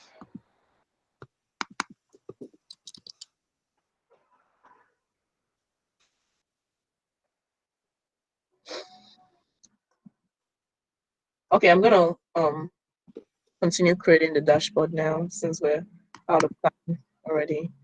So now this is our dashboard. What we want to do now is we want to present everything that we've worked on, maybe to somebody. So as you can see on our dashboard, we have the sheets. Like this is all of our sheets, everything that we've done today: quantity, region sales, scatter plots, sales by state, sub-level category. We want to combine everything together into one colorful worksheet. So I'm not going to use. Please, before you go far, how did you get to the dashboard, please? Okay, can you see where my arrow is at? Yes. So it says new worksheet, but we don't want new worksheet. Next one, okay, says new dashboard. That's the one you want. Oh, okay. Thank you very much. What's the third one? Story, I think. Yeah, new story. Okay. But we're not doing the story today. Yeah, new story. Yeah. What is in the sub-level category, please? Oh, okay. Sub-level category is one we just categorized. We said when a company has like it's selling like so many things, like 100 different things, So the sub-level category breaks down to each department, all the products. Here in the sub-level category, this is all the products that this company sells, everything from A to C. Now, category itself, they only have 3 things: furniture, office supply, technology. All of the sub-level categories fall in either one of these. What is in sales by state? Sorry that I'm asking this. Sales state. Is the other one That's okay? the African map or United States map that we did. Thank you. Yeah. The sales by each of the states: Washington, Oregon, Colorado. Right. Thank you. Okay. All right. So now we're gonna drag. The dashboard is always the. Can you drag from the bottom, or it has to be from the left? From the bottom, as in. Like you click on the sheet Like and then drag and inside. Drag, no, if you click on it, going back right back open to. it. Okay. Yeah. All right. Yeah, come on, man. It shows up all the sheet you have right here. Okay. Yeah. Oh, okay, that's okay. Click drag here. Now we're gonna edit it. So this is, I'm using the desktop browser. That's why my slide choose desktop browser. But because we're trying to present it for presentation, let's see. So I'm gonna change the width. Typically, I use 800 by 500. That's because anytime I have a lot of, you know what? Let's do 1000 by 100. Can you? Is it possible to grab it on the edge right there and then zoom into the size you want? You can only reduce the size of this particular one. You cannot zoom it. Oh, okay. Yeah. Can you repeat again? No, sorry. How you just drag and drop, right? Yeah, it's just drag and drop, really. Yeah. So now this is very complicated. So you see this, I want to, because I've dragged one on it now. Now the next one to drag it fills my stage. Now watch me drag it. So that if I drag it, this side gets shaded. Whatever side there is where you're dropping it into. But because I don't want to drop that side, so I'm gonna move. If I want to drop it there, no. I want it here. That's where I'm gonna drop it. You guys can see that.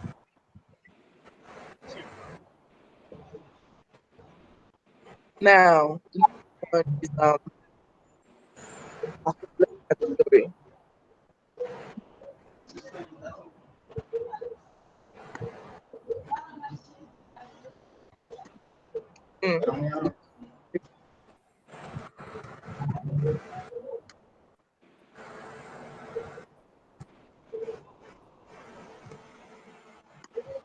Seriously, it took the entire sheet. Yes. The first one took the entire sheet. The what? Sorry? The first one. Okay, don't worry. I got it. You got, yeah, it will take the entire sheet. So you have to, once you drag it like this, we'll show you the next shaded section where you're supposed to drop the one you want, next one you want. So we're going to remove all of the things that we don't need. Yeah, all of this one.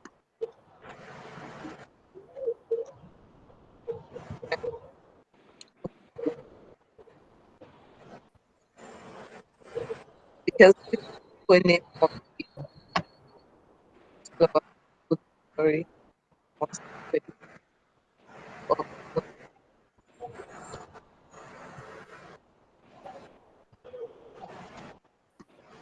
Now the good thing about getting your data into one worksheet is this: you can filter everything by one section. Let's say okay, let's filter by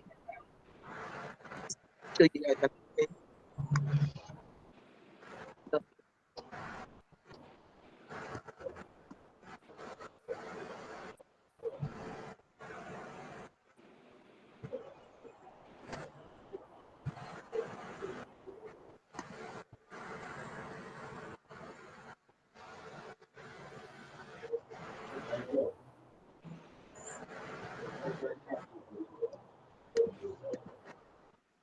If I want to make it, I don't have what you have. I think mine, the column where we have the map is a little small. How do I make all the other ones smaller? How do you want to? So the area where I'm supposed to drag and drop is showing the extra things on the side. Yeah, you can remove them. Like if you go towards, I removed mine as well too. I just went up. There's like an X little sign that makes you delete it. Those extra things by the side that we don't need. You know. Thank you. Does that make sense? Yes. Like this little thing, you will see it for each of them to say remove from dashboard, and you just click on it and you remove. Like, I click that right. Okay, see like in here now. This extra level category, I don't need the dashboard. I remove it. That's the more safe.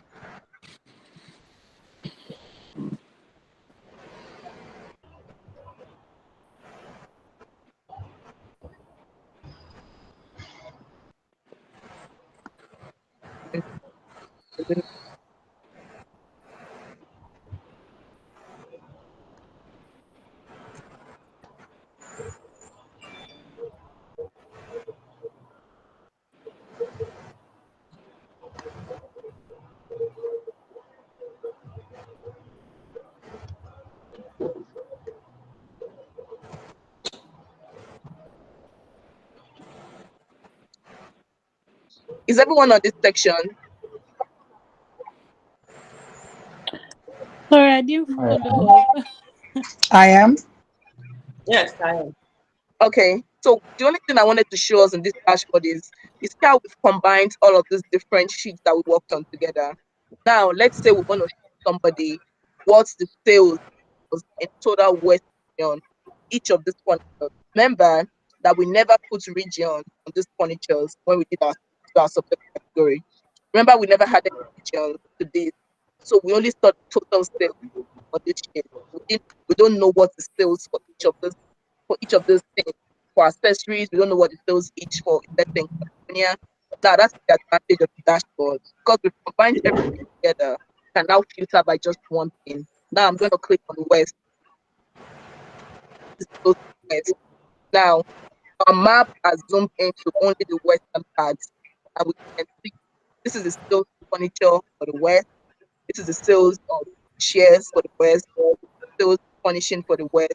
We'll come back here with the East data change. This is the sales. And then if you see the map has moved as well to the eastern part of America. Now let's say we only want for Ohio, we can double click on it to zoom in and it gives us data for each of these categories, even though we never had any categories at the beginning of our filing. Then Central America, the map zooms in as well too. So there's a bit. So the thing with this, like, let me show you. Let me make the slide bigger. Okay.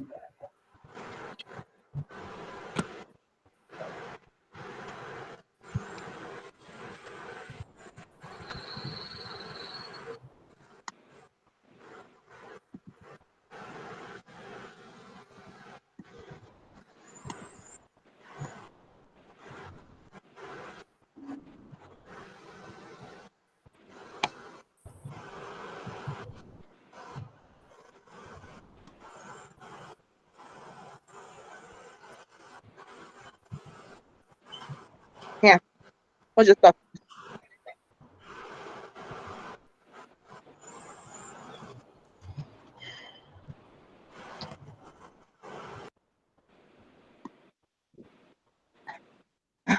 But I lost my work. Okay.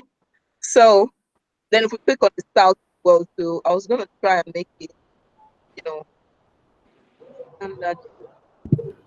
Chelsea, sorry if mine is not should I say syncing with each region. If I click on west, east or south, the values remain the same. It doesn't change. Yeah, it doesn't. Probably you didn't sell the filter. I didn't what, sorry? I mean, the person that says the map didn't, the dashboard didn't change. You probably didn't set the filter. Yeah, you didn't filter. You probably did not filter it because now see this is for everything for mine, and now see I'm on filter, then double clicking on it and it changes. Did you do that? The filter. So you have to click at the one, this is what we're using as a filter, the region is what we're using as a filter. So you have to click on it as use as filter, then click on what you want, and then the value changes. Does that make sense? You can use any of those things as filter, even if it's not the one you want to use filter, you can. Let's filter now. Filter. Let's say we want to use this as filter, use the filter, and we want to say what is the sales for New York. We want to direct the sales for supplies, cases, and each of these categories New York only. And it shows us that New York is in the East region. Every other thing disappeared except the sales for the East region. And then this is the deep dive of each of the sales for each of these categories for New York only. Now, if you go back to your raw data and you trace these numbers, you see that you have the exact thing. Sorry, let's do that again. Yes. Can you do that? Can you do the user's filter and see if it works for you? Use a filter. Yes. You just click on the to the edge of the region sales. You have an X. You have go to sheets. Then you have a user's filter. So you click as user's filter, and then I'll click on. Let's say we want to look at the sales for Central Region, and that says this is Central Region of America, Indiana, Michigan. This is the sales for each of them, and this is now the sales for the total Central Region. Now let's say we only want a particular state. We now use this as a filter. Users filter, give us the sales for Michigan only, and it changes. As you can see from this data, we did not sell a lot of technology in Michigan. We only sold, let's say, a total of we made a profit of 1,810 for phones, and we sold 6,731. Now let's go back to, that's for Michigan, right? Yeah. If I open my Excel sheets for you,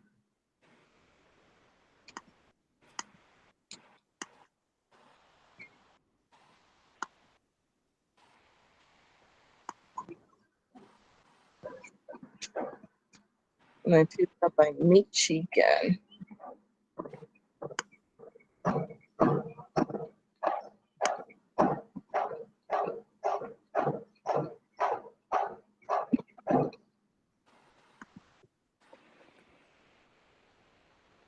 I feel like a guru at something. Yes, I see why you are very proud. You should be very proud. This is very nice. Oh God, this is amazing. This is what I need for my executive presentations. Thank you. I was just trying to show you guys that number ties out. So let's say like for technology, this is for Michigan, right? Am I right? Am I on Michigan? Yes. So for technology, they have, oh no, sorry. Let's see, technology, everything, technology. They have a sales of 16,224 for technology. Now let's go back to our slide. You see how long it took me to combine all of these things just to get for technology in Excel. Do you see like 4 different steps I had to filter just to get for technology? But now let's see if we have that correctly in our, this is our worksheet.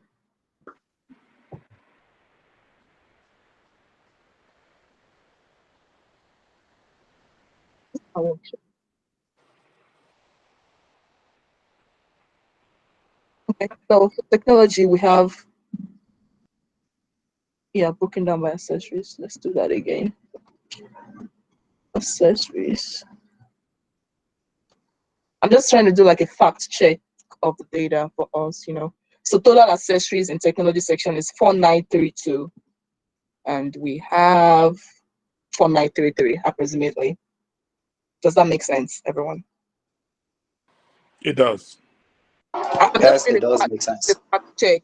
I'm just showing you. So you know how in Excel, this is your Excel sheet. You want to use, this is the entire sheet. Let's clear the filter. Now you have so many, this Excel sheet, this is a good data because it has so many subsections. You want to find out the sales for accessories in Michigan. They have like, how many subcategories does this company have? This company has a total of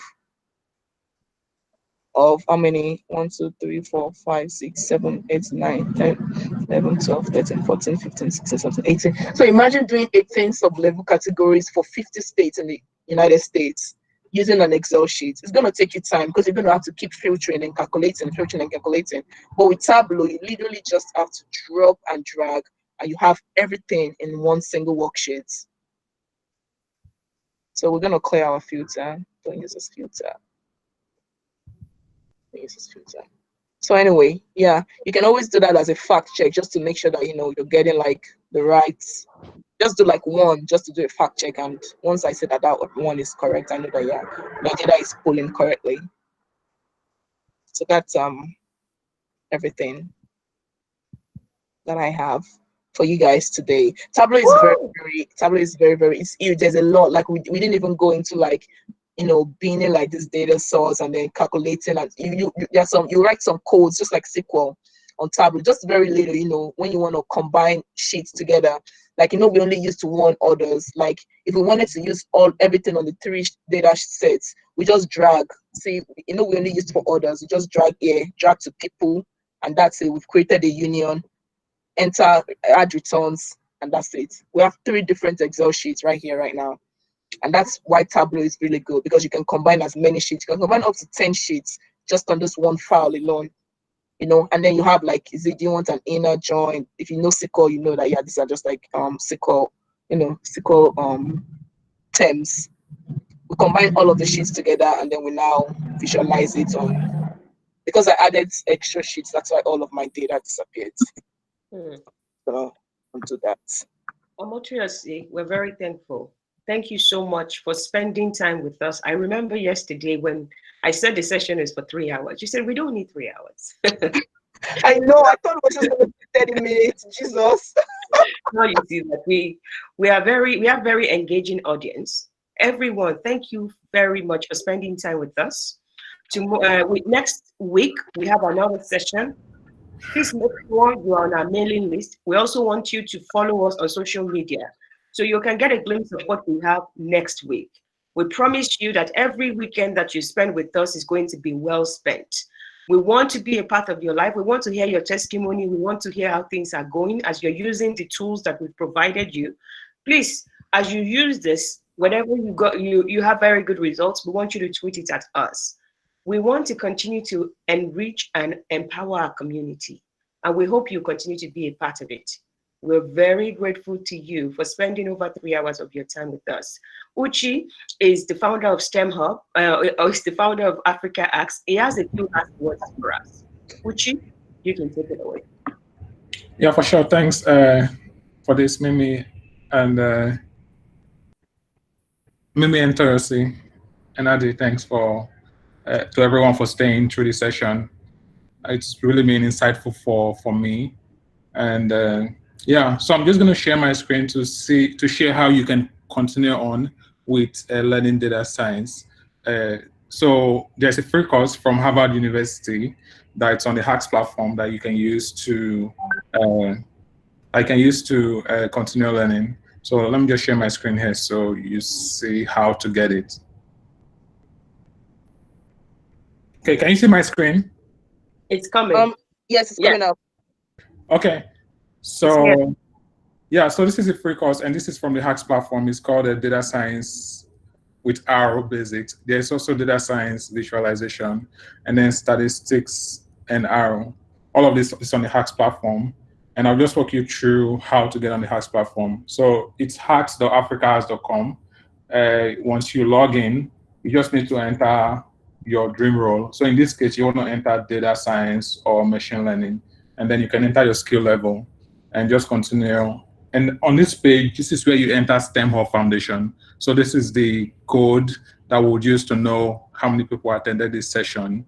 So we can like share that information with STEM Hub Foundation. So like when when they have this kind of events in the future, they can send you an email with more opportunities and events that they are organizing. So you just complete your profile. All you need is just your name and your title. And the next thing you want to do is click on the courses. So when you click on that, based on the role you've already entered, you've entered data science, like I mentioned before, you would get access to all of these courses.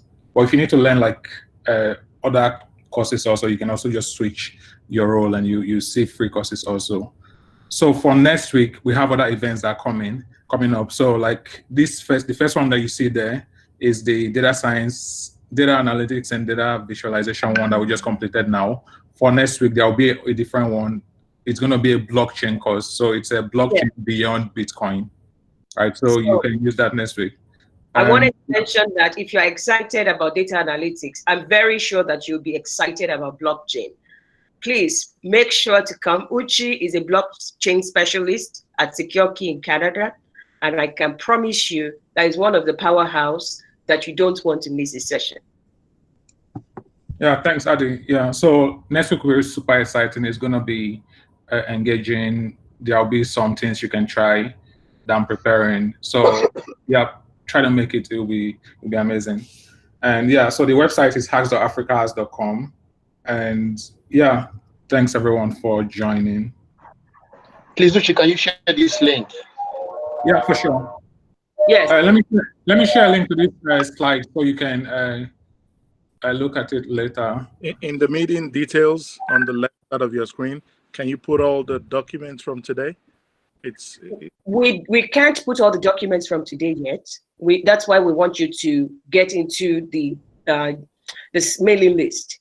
We have all the slides, but they are not in a place where we can share them yet. We need to collate them and share it via the mailing list so everybody can have it. One more thing, guys. Remember, you have a take-home assignment that is going to be due on Friday before our next session. So the first person that can get that Tableau assignment, everything is on the presentation slides. Everything you need, the information is on the presentation slides. So you're going to be our data champion for the week, and you're going to win. No, it's a small money. It's just $50, but it's just as a way of, appreciating your time and also making sure that you put to use what you've learned today as well. So please do make sure that you join the mailing list. Very important, because if you don't, then you will not get the files that's going to be sent out. So make sure you join the mailing list. It's very important. I put the link to the mailing list there. Just click on it, register, and during this week, maybe by Tuesday or so, you guys will get the slides, and we're hoping to start a YouTube channel. So on that YouTube channel, every class that we've recorded since the beginning of COVID, we will upload it there. And for people who missed maybe the app development or website development or the previous sessions that we've had on optimizing LinkedIn, you can now go to the YouTube video and YouTube page and watch all of them. I promise, as you know, we're doing this while we're still holding down full-time jobs. So things may be a little slow. Be patient with us. And again, thank you for spending time with us today. On behalf of STEM Up Foundation and Africa Acts, I want to thank Omotoyosi and Mimi. Thank you for sharing your knowledge freely with us and for impacting our lives in a way where we can now professionally start practicing data analytics. We're very grateful to you. And thank you everyone for sticking around with us. Please follow us on social media, because this is the first place that you would see what is happening at STEM Up Foundation and at Africa Act. So please, Twitter, we are at STEMUp_. Instagram, we are at STEM Up Foundation. Facebook, STEM Up Foundation. LinkedIn, STEM Up Foundation. For Africa Acts, it's Africa_Acts on Twitter, Africa_Acts on Instagram, and Africa Acts on LinkedIn and Facebook. Thank you again for your time. Enjoy the rest of your weekend. Until next week, my name is Dr. Adeola Olubamiji, and this is goodbye. Thank you. Thanks, everyone. Bye. Sorry, hi, Toyosi. Hi. Thank you. Thank you. Thank Thank you, you. Dr. Adi. Thank you, Omotoyosi. Thank you so much. Someone was asking. Thank you, Because everyone is saying thank you. Bye. Sorry, what was the question? Yeah, for the assignment. We love you. Thank you. Love you all. Bye. Yeah, for the assignment. Thank you. Love you. I love you. Sorry, for the assignment. So forget about the assignment. Please, let's hear out. Yeah. Thank you. The assignment, yes. Thank you so much. Join Share the assignment link again. Make sure you join the mailing list. Will you join the mailing list and we'll give you all the details regarding the assignment? Exactly. Will give you all the information. You have to join the mailing list. She will send it out to you all on Tuesday. All right, that's perfect. On the slides, the assignment details on the last section of the slides. Everything, all the information you need, plus the link to downloading the data from the slide. Okay, thank you. So we can share our email address on the chat box, right?